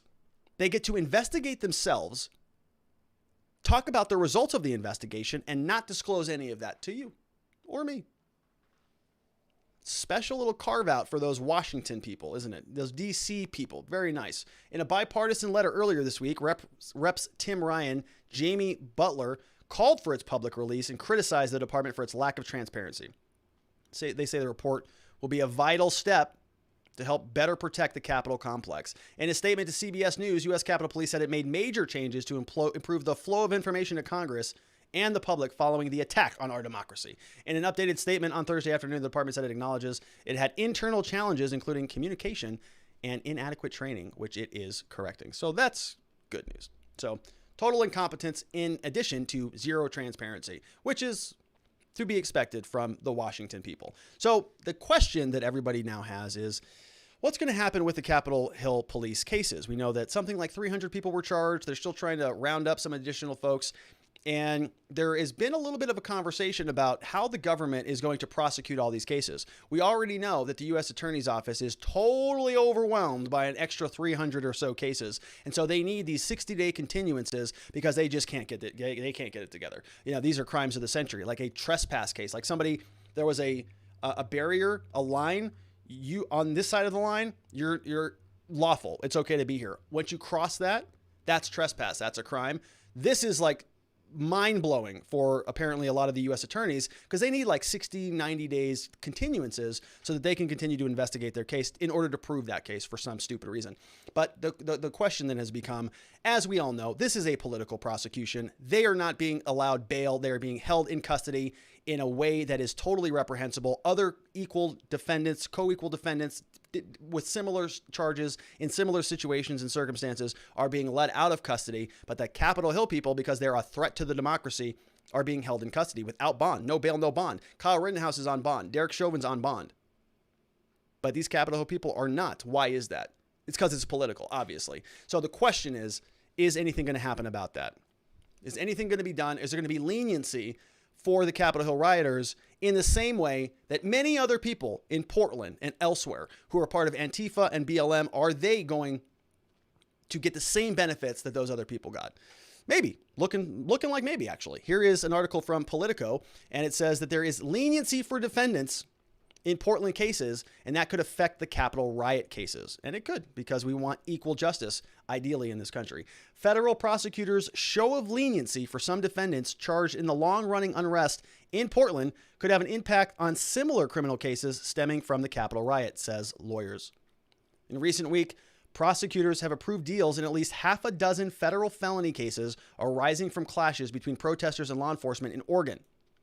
The arrangements, known as deferred resolution agreements or deferred prosecution, will leave the defendants with a clean criminal record if they stay out of trouble for a period of time and complete a modest amount of community service. Right now, this is very common in law. Happens all the time in probably your town, I would guess. Now, I don't know if every jurisdiction in the country has this, but I think most of them do. And basically the situation is this: if you go out and you do something wrong or stupid, the law is going to give you some leniency if it's a first offense, or if you have no real long criminal record. So when I say something stupid, I mean, we've all done it. I'm not being condescending. I've done plenty of stupid things. And so think about this like an old town crime or a 6th Street crime or a downtown crime or whatever district you have in your city. It happens all the time in these cases. Somebody goes out, they have too much to drink, they get a little bit drunk, they get a little disorderly, they get charged with disorderly conduct, or maybe even criminal trespass. They're asked to leave the bar, they don't leave the bar. Cops come, throw them out. Okay, now you have been trespassed, so now we're going to charge you with a trespass case. Just like what happens at the Capitol building. And a very important trespass case, a big trespass case. It's an important building with a lot of security, so maybe you have some additional laws, but it's essentially a trespass case. It's not a Derek Chauvin case where we have to bring in 75 different experts from all around the world to tell us about arterial sclerosis, right? It's a trespass case. And so what they have done in the Oregon cases is said, listen, as long as you are in Oregon and diversion and the Old Town situation, as long as you are somebody who doesn't get in trouble again, you go take some alcohol classes, you go to anger management, you go and do some community service, you pay a fine, you pay some restitution, we're going to dismiss the charges. So we're going to stop prosecuting you. We're going to hold on to the charges, let's say for 90 days. We're going to give you 90 days, go do your community service, stay law abiding. Maybe they'll hold it out for a year in a case like this. And as long as you do that, we come back a year, we check your record, nothing happened, we're going to dismiss the charges against you. It's called diversion. It's a good deal. Reasonable. Something I think is very appropriate. I'm a huge fan of this stuff because many people who get in trouble with the law, they are first-time offenders because they do something that is out of the norm for them, out of the ordinary. So it's a good deal for these people who have been charged in Oregon, if it's reasonable. But I would like to see that same benefit extended to other individuals in this country, namely the Capitol Hill people. So some lawyers attribute the government's newfound willingness to resolve the Portland protest cases, without criminal convictions. They credit that to the arrival of Joe Biden and his administration in January and to policy and personnel changes. Those moves seem to step away from the highly public throw the book at them stance that Donald Trump had and William Barr adopted towards lawbreakers involved in racial justice protests after the death of George Floyd. 5 of the Portland cases in which deals were recently struck involve the felony charge of interfering with police during civil disorder. Some defendants are accused of punching or jumping on police officers during street battles, which sounds a lot like what happened at the Capitol building. One individual was charged after being accused of shining a high-powered green laser into the eyes of officers seeking to disperse a riot outside a police union building. Civil disorder cases are notable because the charge of police interference is also being wielded by prosecutors in dozens of criminal cases brought over the storming of the Capitol by pro-Trump people. In the Washington case, prosecutors have filed the felony anti-riot charge in tandem with others, like obstructing an official proceeding or assaulting police. Some of the assaults described in Portland bear similarities to the Capitol. Prosecutors said one of the civil disorder defendants, Alexandra Uton, used a wooden shield and hoses to strike a Portland police officer in the head while he was trying to make an arrest. So she got diversion for that? Several Capitol riot suspects are also accused of using riot shields to shove police and obstruct their efforts to secure the building from the mob. Another Portland case recently settled through deferred resolution involved Alexa Darren Graham, who was indicted last September on federal felony charge pointing a laser at a small plane the Portland police flew during the unrest. Court filing last month said the case against Graham would be dismissed if she complied with the terms of the agreement. Justice Department HQ in D.C. loudly touted the arrests and indictments related to last summer's unrest. The spokesman for the U.S. Attorney's Office said okay, so let's take a look at the actual deferred agreement here. So you can see this is the article that we want to reference. So we're looking at this woman's case. Another Portland case, deferred resolution, indicted last summer for the laser in the helicopter. Alexa Darren Graham. So let's go take a look at what she's got going on. So here we have, this was filed March 19th, page 1 of 2. Declaration of counsel in support of an unopposed motion to continue the trial date. So, okay, so here's what's going on. So the attorney is now saying, listen, I, Stephen Sadie, declare I represent this person. She's charged with 1 count of aiming a laser. Got that. This is the 3rd request to continue a trial. Why is that? It's because we've reached a deferred resolution agreement. The agreement says it requires her to set her trial over to a date beyond the date on which her deferred resolution agreement will expire in December of 2021. So they're making these now 1-year agreements, which sounds about right. So deferred resolution agreement, she was indicted last September. Oh, yeah. So last September. So she probably entered that agreement a couple months later in March. So they're going to make it go 1 year from then. No. Okay. Anyways, so you can see what's happening. They're continuing her trial out. They're pushing it forward so that she can have time to finish her agreement. So they're going to move it. They're going to say that if she remains in compliance, the government will move to dismiss the case with prejudice. See that right there? With prejudice. That means it cannot come back. It's done. It's gone. It's over. It's solved. The ends of justice are served by granting this motion in order to resolve the case, basically waiving rights to a speedy trial. I've discussed this continuance with counsel for the government. No objection. I've communicated with Ms. Graham, explained the reasons. She agrees with the request for the continuance and waives her rights. Of course she wants it. It's a good deal. All she has to do is finish the case or finish her obligations, and she's done. Prosecutors were acting under authority of Eric Holder. They granted to assistant U.S. attorneys a decade ago to craft resolutions they considered appropriate. So there was an Eric Holder memo in 2010 that gave U.S. attorneys broad discretion on how cases are resolved.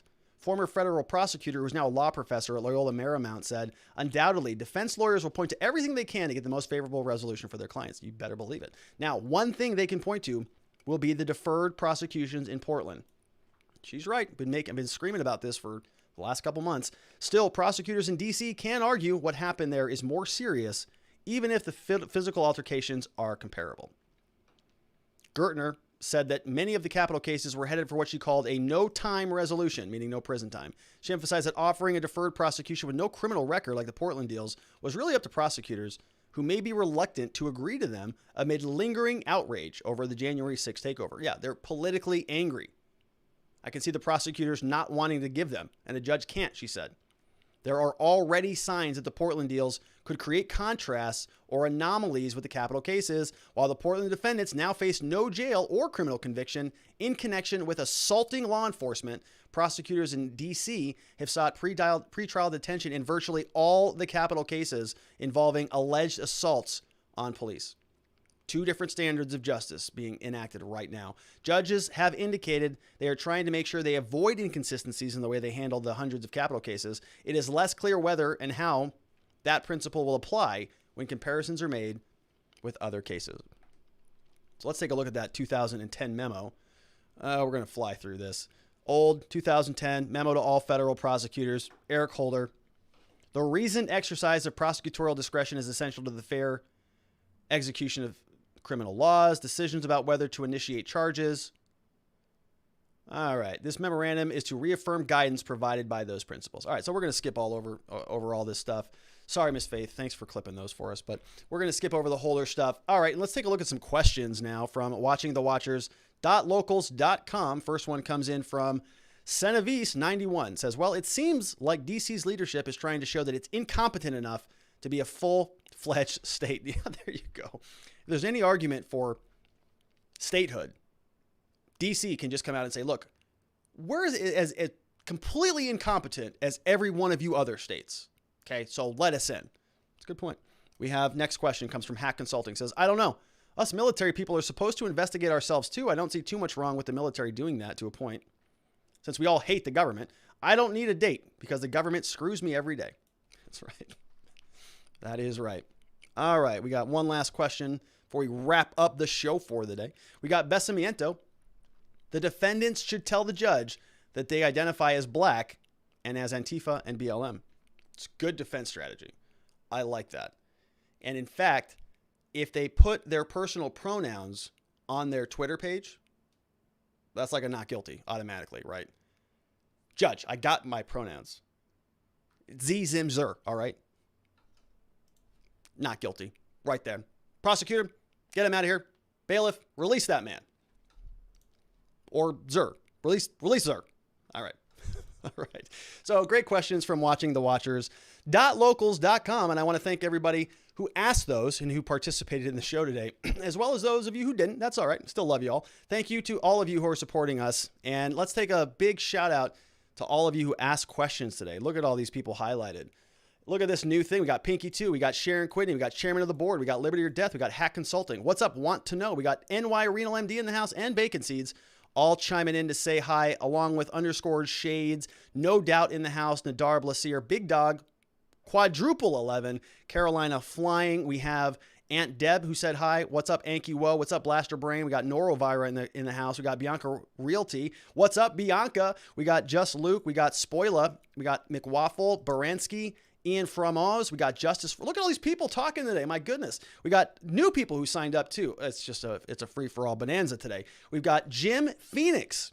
Oh, that sounds intriguing to me. Todd Trott joined up and asked some questions today. What's up, Todd? Welcome. Thank you for joining up. We got Murder of Crows. Welcome. We got At Rags. Welcome to you. Denny Ray is now in the house. We have Claire DeLuna who chimed in. Welcome and join. Thanks for joining us. We have the Pie Baker. That also sounds good. Maybe get some pie and then go hang out at the Jim Phoenix. Look at that. We have Doodle Doo in the house. Welcome. And we have, look at these. We've got a lot of active new people. We have the National Populace who signed up and chimed in today. Welcome to Lassie91. Bessa Mento, welcome to the show. We have Roy McKay, and we have Senevis91 and John Delar 52. We got a lot of activity on our locals community. It's the place to be. I mean, if you're not there, I don't know what the heck you're doing with your life, but you can change, you know. You can decide, I'm going to be better today and join locals. The place to do that is at watchingthewatchers.locals.com.